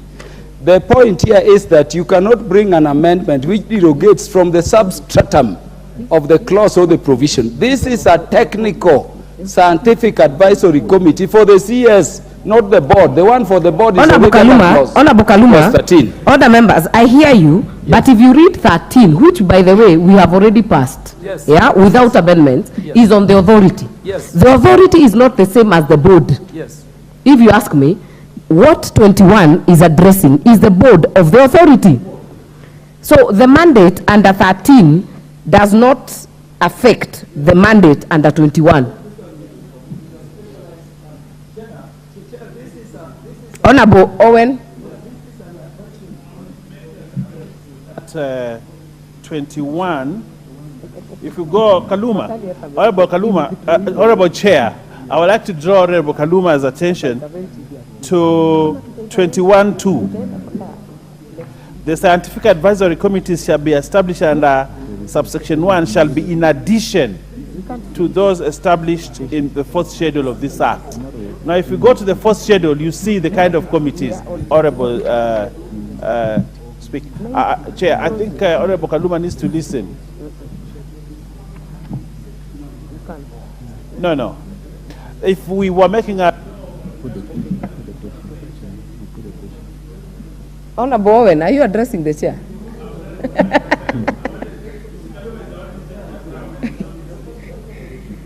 Other members, I will put the question on this one. Yes.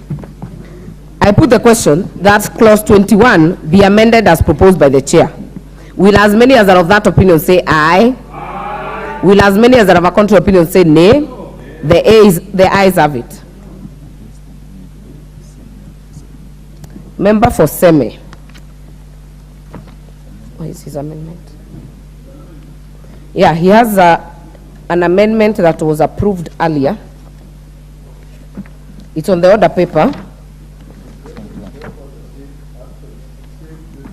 The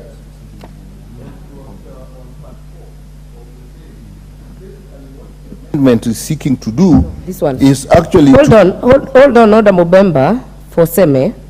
I want to get the import of the amendment by the chair, because the chair has deleted and substituted subclause 4 that you intended to amend and subclause 9. So your amendment will suffer the same fate. Yes, it will fall. Give him the mic. Wait. These amendments have taken care of my amendments. Okay. So I don't have Thank to. you, Dr. Nyikao. Thank you, Dr. Nyikao. So I will now put the global question that clause 21 as amended be part of the bill. Will as many as are of that opinion say aye? Aye. Will as many as are of a contrary opinion say nay? The ayes have it. Part 4. I propose the question that part 4 be part of the bill. Mover.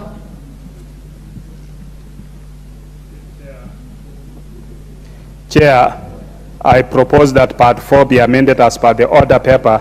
That part 4 of the bill be amended by deleting the title and substituting therefore the following new title. Part 3, Held Products and Technologies. Chair, this is to ensure harmony with the title of the bill as proposed for amendment and to correct a minor error in numbering of the parts of the bill.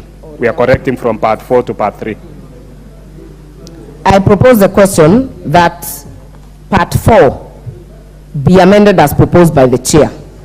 Will as many as are of that opinion say aye? Aye. Will as many as are of a contrary opinion say nay? The ayes have it. Clause 22.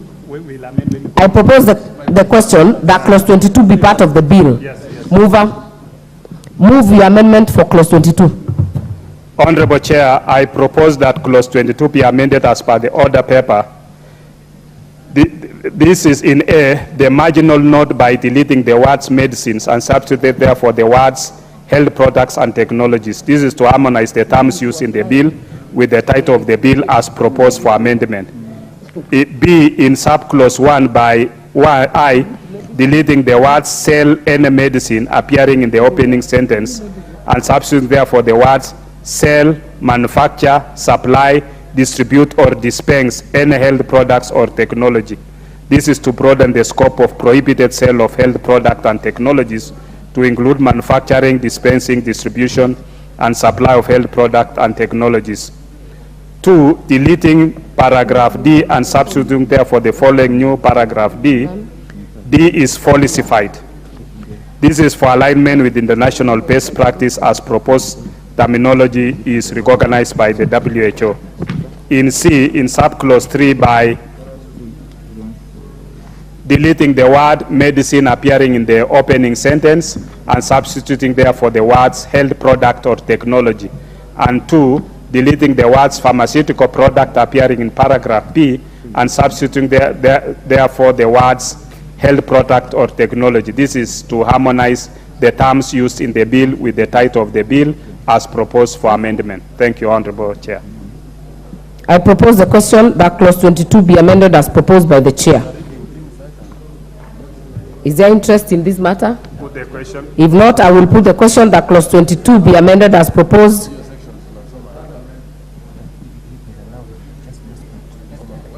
Honorable Nyikal, just hold on. Let me put the question on this one by the chair. I put the question that clause 22 be amended as proposed by the chair. Will as many as are of that opinion say aye? Aye. Will as many as are of a contrary opinion say nay? The ayes have it. Honorable Nyikal, I'll give you the chance to move your amendment on this.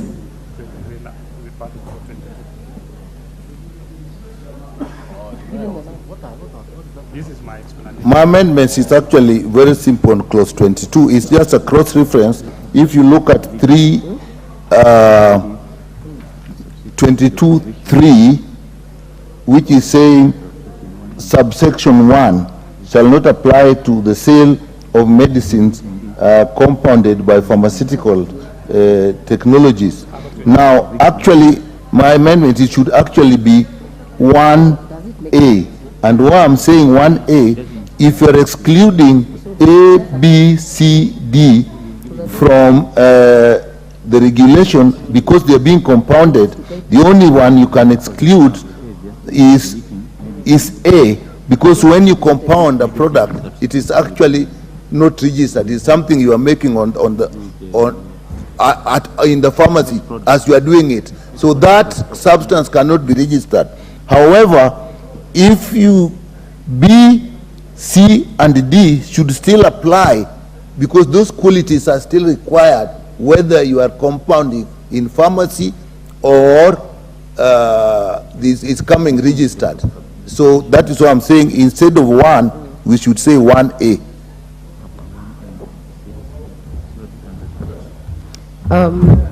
Honorable Otiende. As I speak to the proposal by Honorable Dr. Nyikal and his explanation of the meaning of the word compounded, I then beg to understand, both from him and Dr. Pukose and the committee, whether it is their opinion that under clause 22.3, pharmaceutical technologies can compound such a product, given the explanation by Dr. Nyikal on the meaning of compounding. Honorable Kaluma.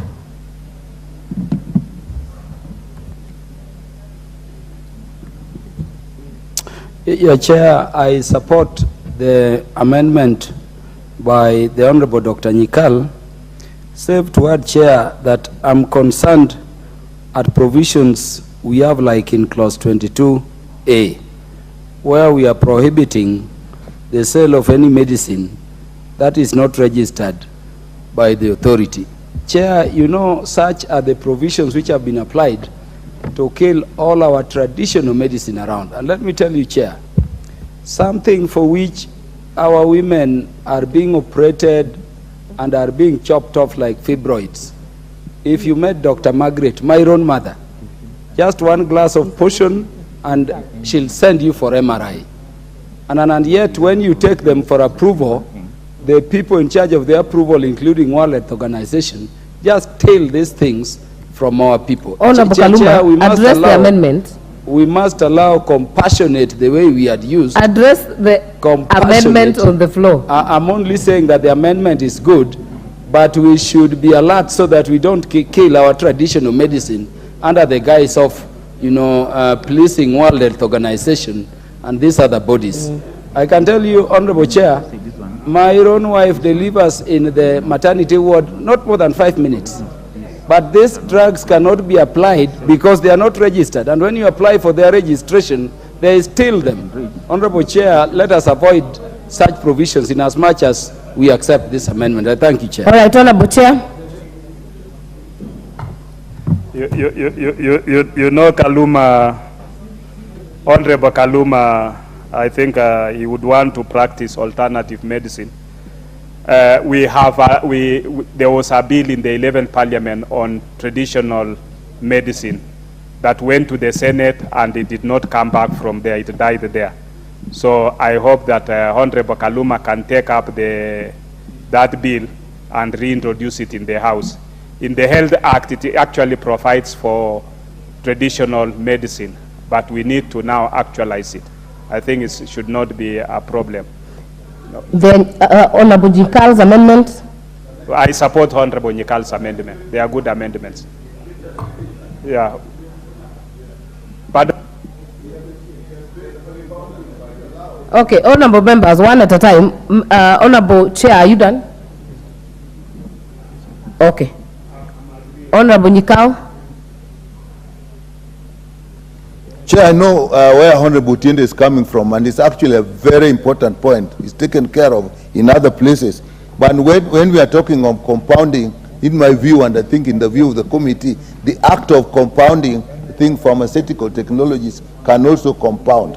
So on that one, I don't think we need to make that distinction. Mine was just that we must still adhere to all the strict issues except A.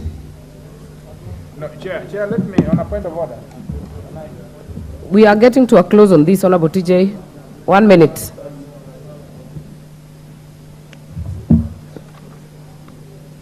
Wrong mic. Chair, let us not get tired. You can see the resilience of members here. I think we are working towards the same cause. You know, just to ask the Chair, Honorable Pokose, because if you go to the definition of medicine, it says medicine means any substance or mixture or substance used or purporting to be used for whatever manufacture, something like that. My eyes is really getting very far from the light source, it would seem. Time has come for it. And then it says medical substance on the same page on definitions. It also means the same, it says any drug, medicine, product, and so on. So that you help a layman like us, if then you have defined medicine to be like that, then you create an offense. You create an offense on persons who may want to prescribe things, you know, things which under definition of medicine is actually medicine. You know, Kaluma should not just be wished away like that, because he is making some sense. There are certain products which are in this definition medicine, and then you create an offense to it. Isn't that self-contradictory in terms? For the benefit of some of us who are laymen. Honorable Meli, I didn't know Honorable TJ became layman. I really want the chair of the Health Committee to speak to the thoughts of Honorable Kaluma and Honorable TJ, because it is medicine. The fact that these particular drugs have some efficacy or some effect, and they can heal or they can have an effect on our body, they are medicines. So I wanted us to really look at it in that sense, so that we speak to it and have it either in law or either in regulation, so that actually the whole thing is actually addressed. So I really feel that the chair has to speak to that. Thank you. Honorable Deputy Speaker.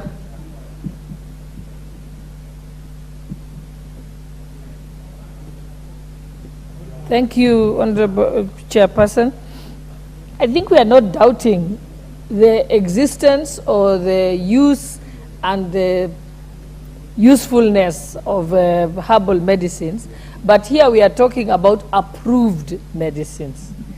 So if something is not yet, the day the herbal medicine will be approved, then at that time it shall come under the ambit of this particular act or bill. For now, it's premature. Chair, please wind it up.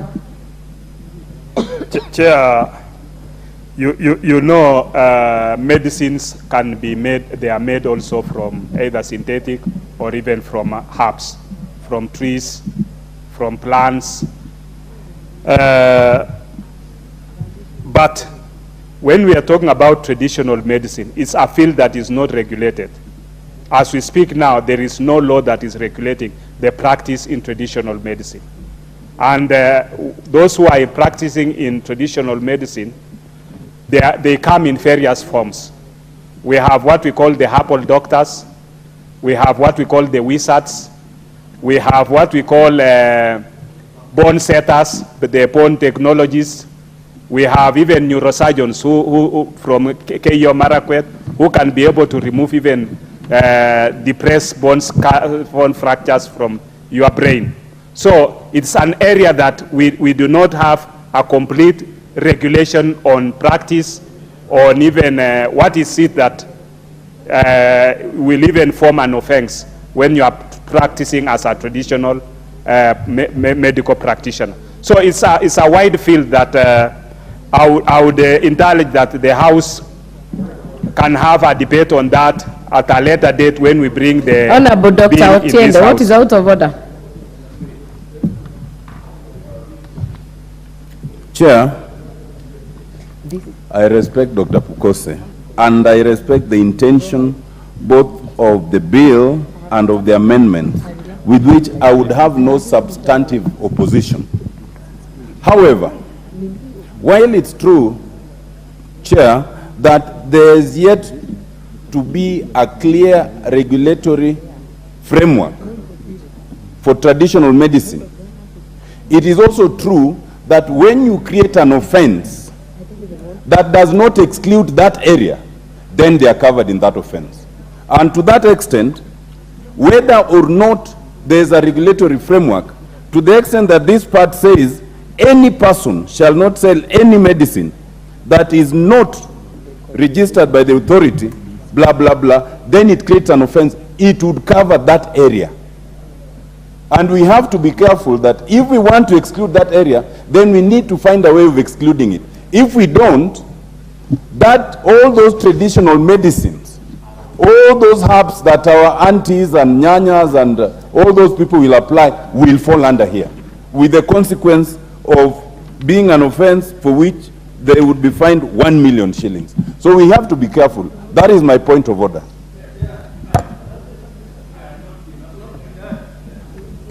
Member for Central Imenti. Hold on, Chair. Hold Madam on. Chair, as much as I respect this bill, with due respect to Dr. Pokose, if you look at this bill, it's going to make all other medicine a criminal offense unless, especially traditional medicine, unless we do something about what can be made to be a little bit parallel to the documents we have before you. I have a mother-in-law who has been taking medicine because of arthritis for quite a long time. And when she left it and started taking traditional medicine, is when she has started working again. Now, are we saying that if she goes now to get medicine from where she has been getting it, that person will be charged with a criminal offense because that one is not authorized? Are we going to let our people die because of the form of medicine of which this bill is specifically trying to show that there is what we call falsified medicine, what is around by this bill? And I wonder why it did not specify that there are traditional medicines which ought to be at least considered, even though not in this bill, and leave a room for it now to be accommodated there on later. But as it is now, we are going to criminalize everything, which is not within this bill. We are going to open a Pandora box, Chair. You have made your point. Of which? You have made your point. Honorable Makali.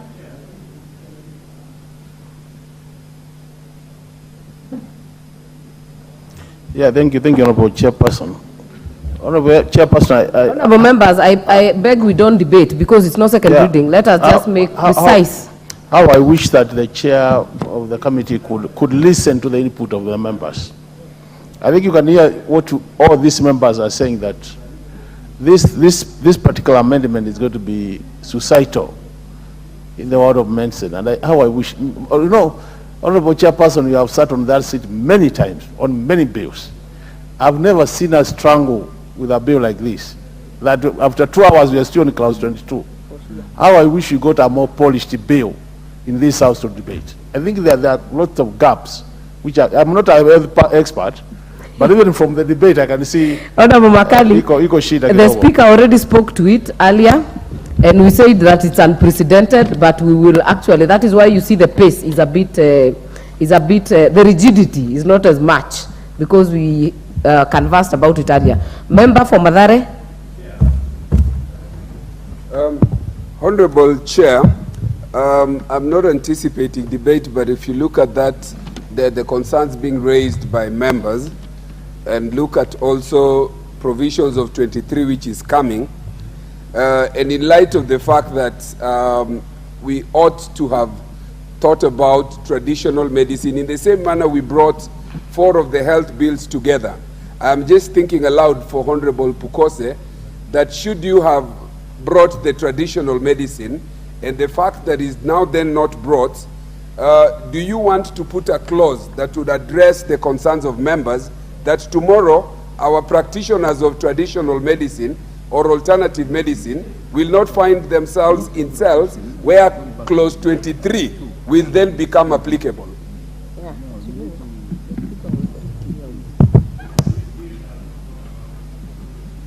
Honorable Owen. Honorable Speaker, I think how we are progressing, we may now start defining what medicine is as we start, and that is taking us to second reading. And this bill has been debated. There is a report of the committee that is available, and I think what we need to do is, if someone has an amendment on this, we discuss the amendment, we move forward. But what we are doing, we are moving. Yes. No. Let me have the mic. Honorable Speaker, what I want to tell Honorable, you know, we will have to go Honorable Owen, address the chair. Honorable Speaker, what they are trying to do is to start asking us to define what is medicine. For example, there are very many people who sell supplements, but some supplements are not medicine. My wife likes boiling kilifi and drinking. Do you call that medicine? You know, we might have to go to those things of what is medicine, what is not medicine. But anybody who wants to trade in medicine and trade in medicine, let it be registered. We need to make progress, honorable members. Put the question on this.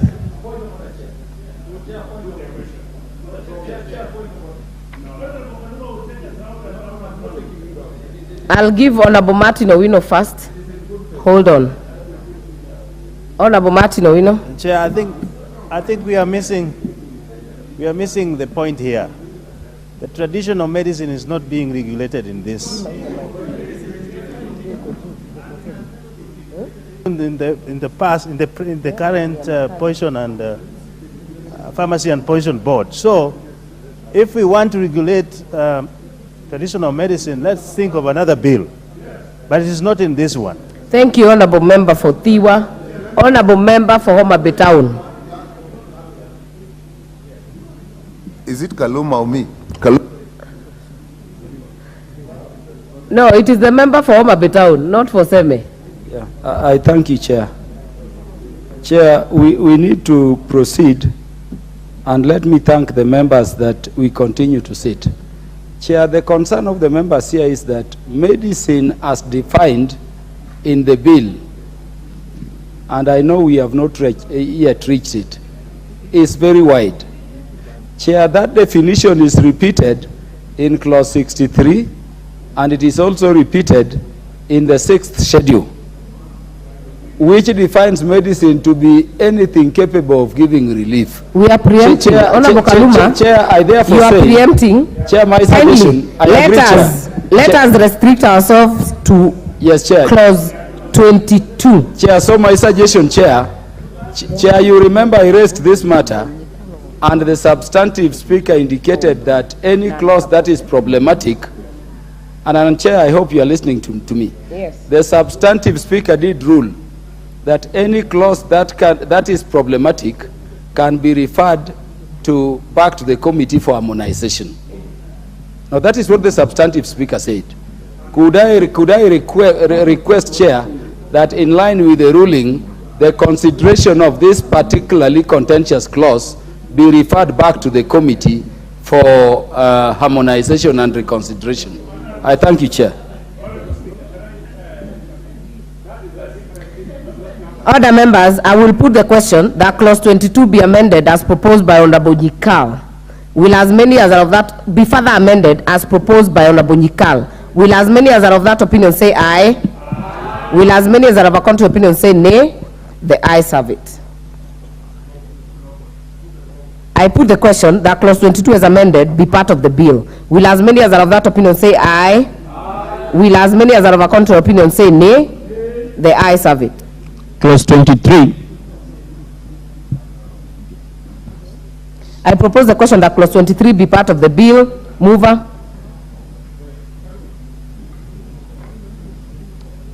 Honorable Chair, I propose that clause 23 be amended as per the order paper. This is in subclause 1 by deleting the word medicines appearing in paragraph A and substituting therefore the words held products or technologies. In B, deleting the word medicine appearing in paragraph B and substituting therefore the words health products and or technologies. And C, deleting the word medicine appearing in paragraph C and substituting therefore the words health products or technologies. This is just to harmonize the terms used in the bill with the title of the bill as proposed for amendments, a straightforward amendment. All right, members, I propose the question that clause 23 be amended as proposed by the chair. I put the question that clause 23 be amended as proposed by the chair. Will as many as are of that opinion say aye? Aye. Will as many as are of a contrary opinion say nay? The ayes have it. Honorable Oluoch, you have another amendment. Yes, Honorable Chair, at clause 23, 23 subclause 7, I had consulted with the chair on enhancement of the penalties prescribed under subclause 2A and B, so that in the first instance, when an offender makes an offense, it should be enhanced to 2 million. Are you moving the amendment, Honorable Tom? Yes, I had already said I proposed the amendment as per the order paper, and has given my justification that this ought to be enhanced, taking into account the offenses that are being spoken about here, persons who purvey or may carry themselves to be labeling, packaging, treating, which may be life-threatening, and I think enhancing it to 2 million in the first instance, and in B, to move it from 2 million to 5 million. Subject to whether the chair will agree, my consultation with the Deputy Honorable Sholei was that we remove the 2 million, which I proposed at 5 million, to actually say that that person will be imprisoned to 5 years without the option of a fine. But then that would be an amendment, a further amendment that the chair can consider. But my amendment are as per the order paper for the enhancement. I so move. Honorable Dr. Otiende. Okay, hold on. I propose the question first. I propose the question that clause 23 be further amended as proposed by Honorable Oluoch. Honorable Otiende.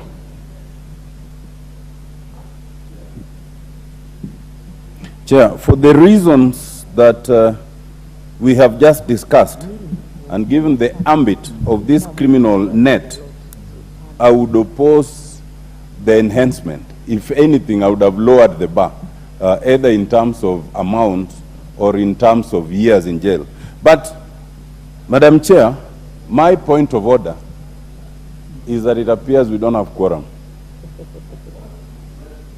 It appears to me we do not have quorum.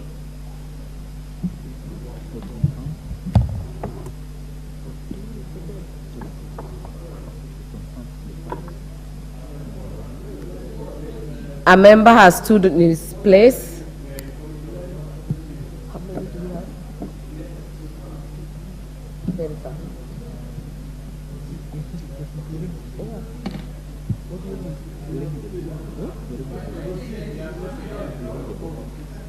Sergeant, at times we will ring the bell for 10 minutes. We will follow our standing orders.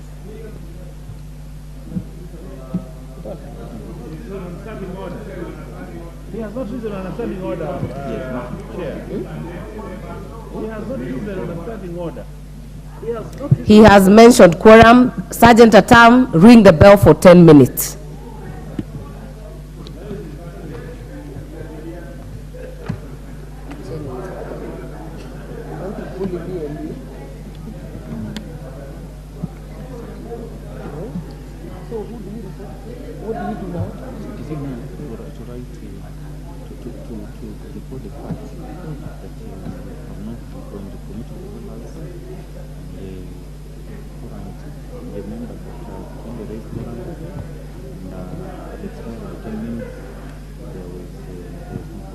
So we don't have the yeah. You report that fact, yeah. And then you adjourn. You need to write that. No, we are doing it.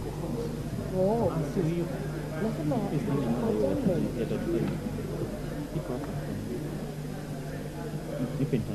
andika hiyo ya agreement. But we need someone to sit there. Yes, then adjourn the house. Yes, then you, yeah. Because the committee of the house cannot attend. Yeah, that's my point.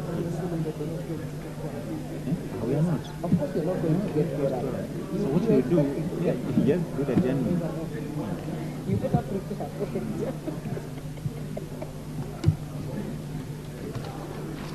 Hata ameniokoa.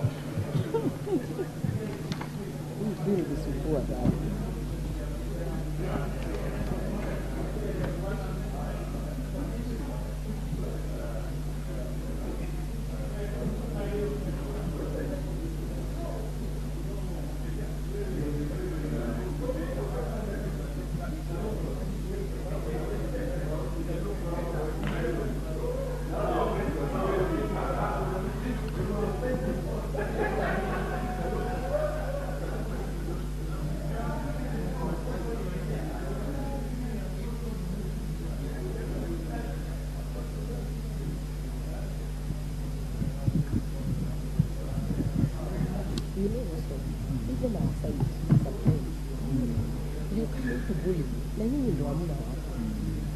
If it's a bill they wanted, ingekuwa imejaa hapa.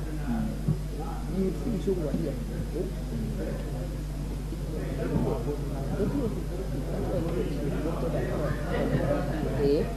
My problem on other bills, they would be people. Hakuna hata ukiona uone ushuru hapa, aidha hawana interest.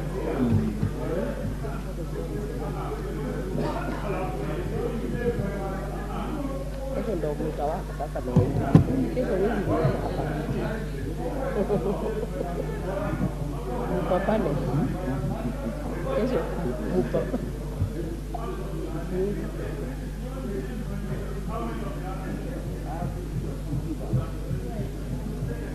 This one needs a lot of concentration. This one, I take into account sentimental attack over.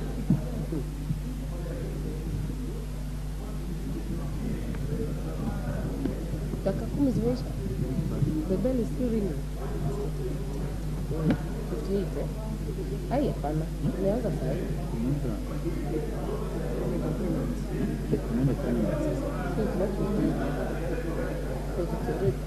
We started 8 past.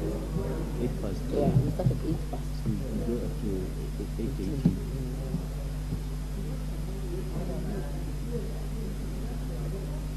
Ndio alafu anaweza na receive atatoka.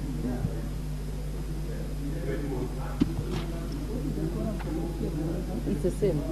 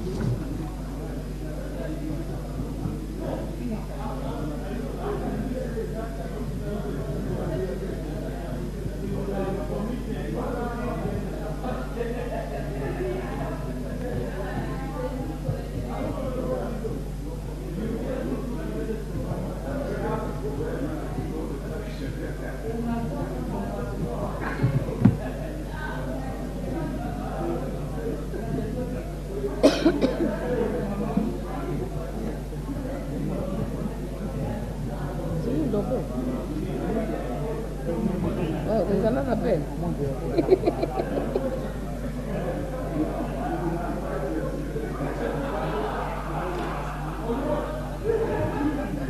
Chair. Chair. Yeah. You decide where you belong. Why? So they ignore the... By the way, stop bullying me and you manipulate you. I am not If it is bullying a you. bill you wanted, you'd have people. I am not You would bullying have you. people. Hii munatuwekea kazi ngumu. Unajua Then you tell me, hiyo how do I hiyo nimwambia I cannot bwana ignore. bwana angesema tusirecommit. Hapana, siwezi. Akishataja, it goes to that. Haina report. Anyway, I know. You get member in the house. Let your what. How many people do we need? 50. For Yes. for committee? Yes. Basi tendeni nyumbani. Yeah, tunaanza hii. Like hiyo chair. Mulete watu. Wachukue bure.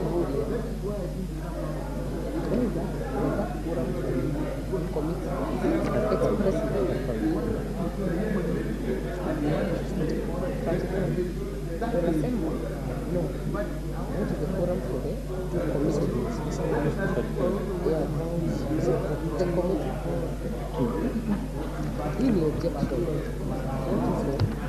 Quorum. The House listens the motion to the chairperson for legislation and report the fact. It's what they're writing down. I know that I get, but where do you say 50 members for committee of vote? It's just in the House. It's in the Constitution. It's 50. 50 is 50. Yeah, but in the House. Also in the whole committee of the vote. Of course, yeah, but I thought that applies to the House, the plenary. It says all committees.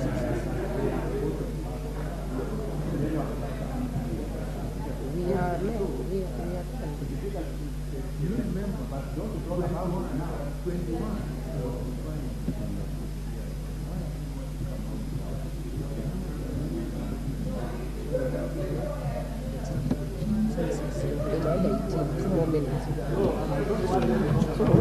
nitasema hapa ama nitasemea pale. So saa hii nitafanya nini? Tamka tu. Mtaita Oh. then the House is right. Go there. And then speak So, of the chair. do I need to say you don't have the number? Now, no.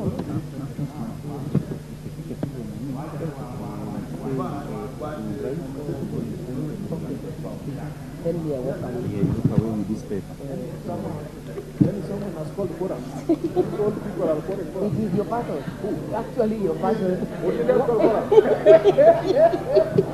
Of all people. Of all people. No recourse.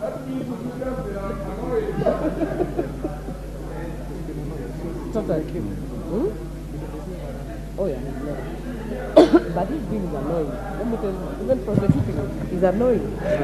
Honorable Speaker, for you and the committee, the whole House considering this. Are you a doctor? How bad do you write? The whole House considering the Kenya. Can you even read your own handwriting? I am imagining what you have written. The Kenya Drug Authority Bill, National Assembly Bill or number 54 of 2022, an objection that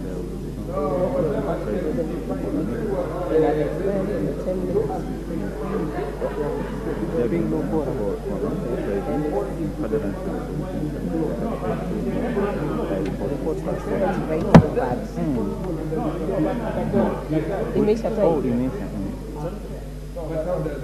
Okay, I can say my word.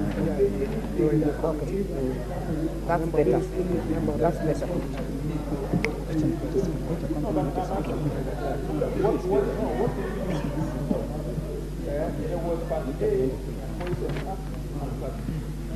Where all those things were, all those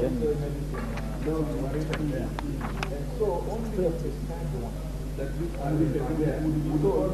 be told on the counter.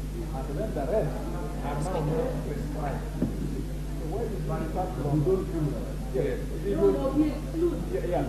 Yeah. Do a definition that can be difficult for my penalty. Because you can do at all. But that's what I'm so let's go do a law together with other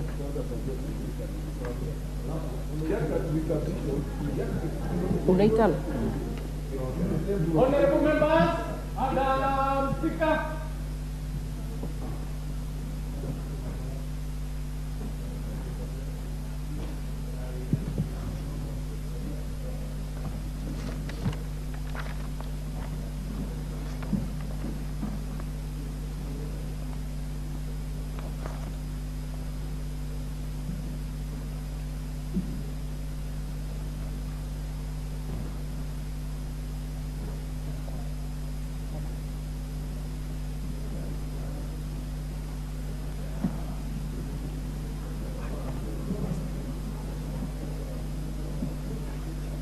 Chairperson.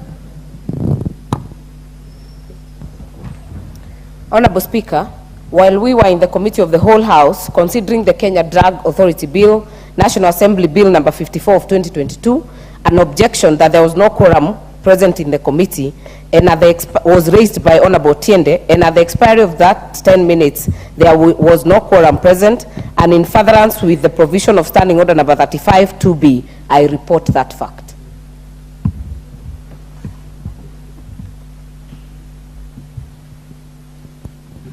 Honorable members, the time being 6:20 p.m., this House stands adjourned until Wednesday, the 25th of October 2023 at 9:30 a.m.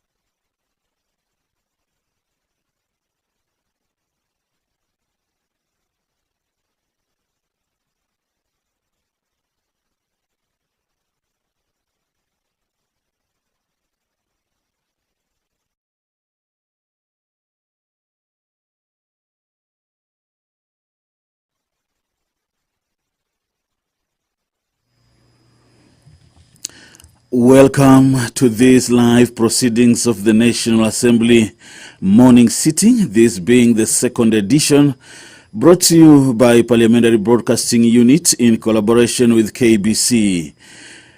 This Wednesday, the 18th October, my name is Geoffrey Kwatemba. Today, the National Assembly will be deliberating on a couple of motions. Among them, the motion on expansion of drug and substance abuse rehabilitation centers, the motion that is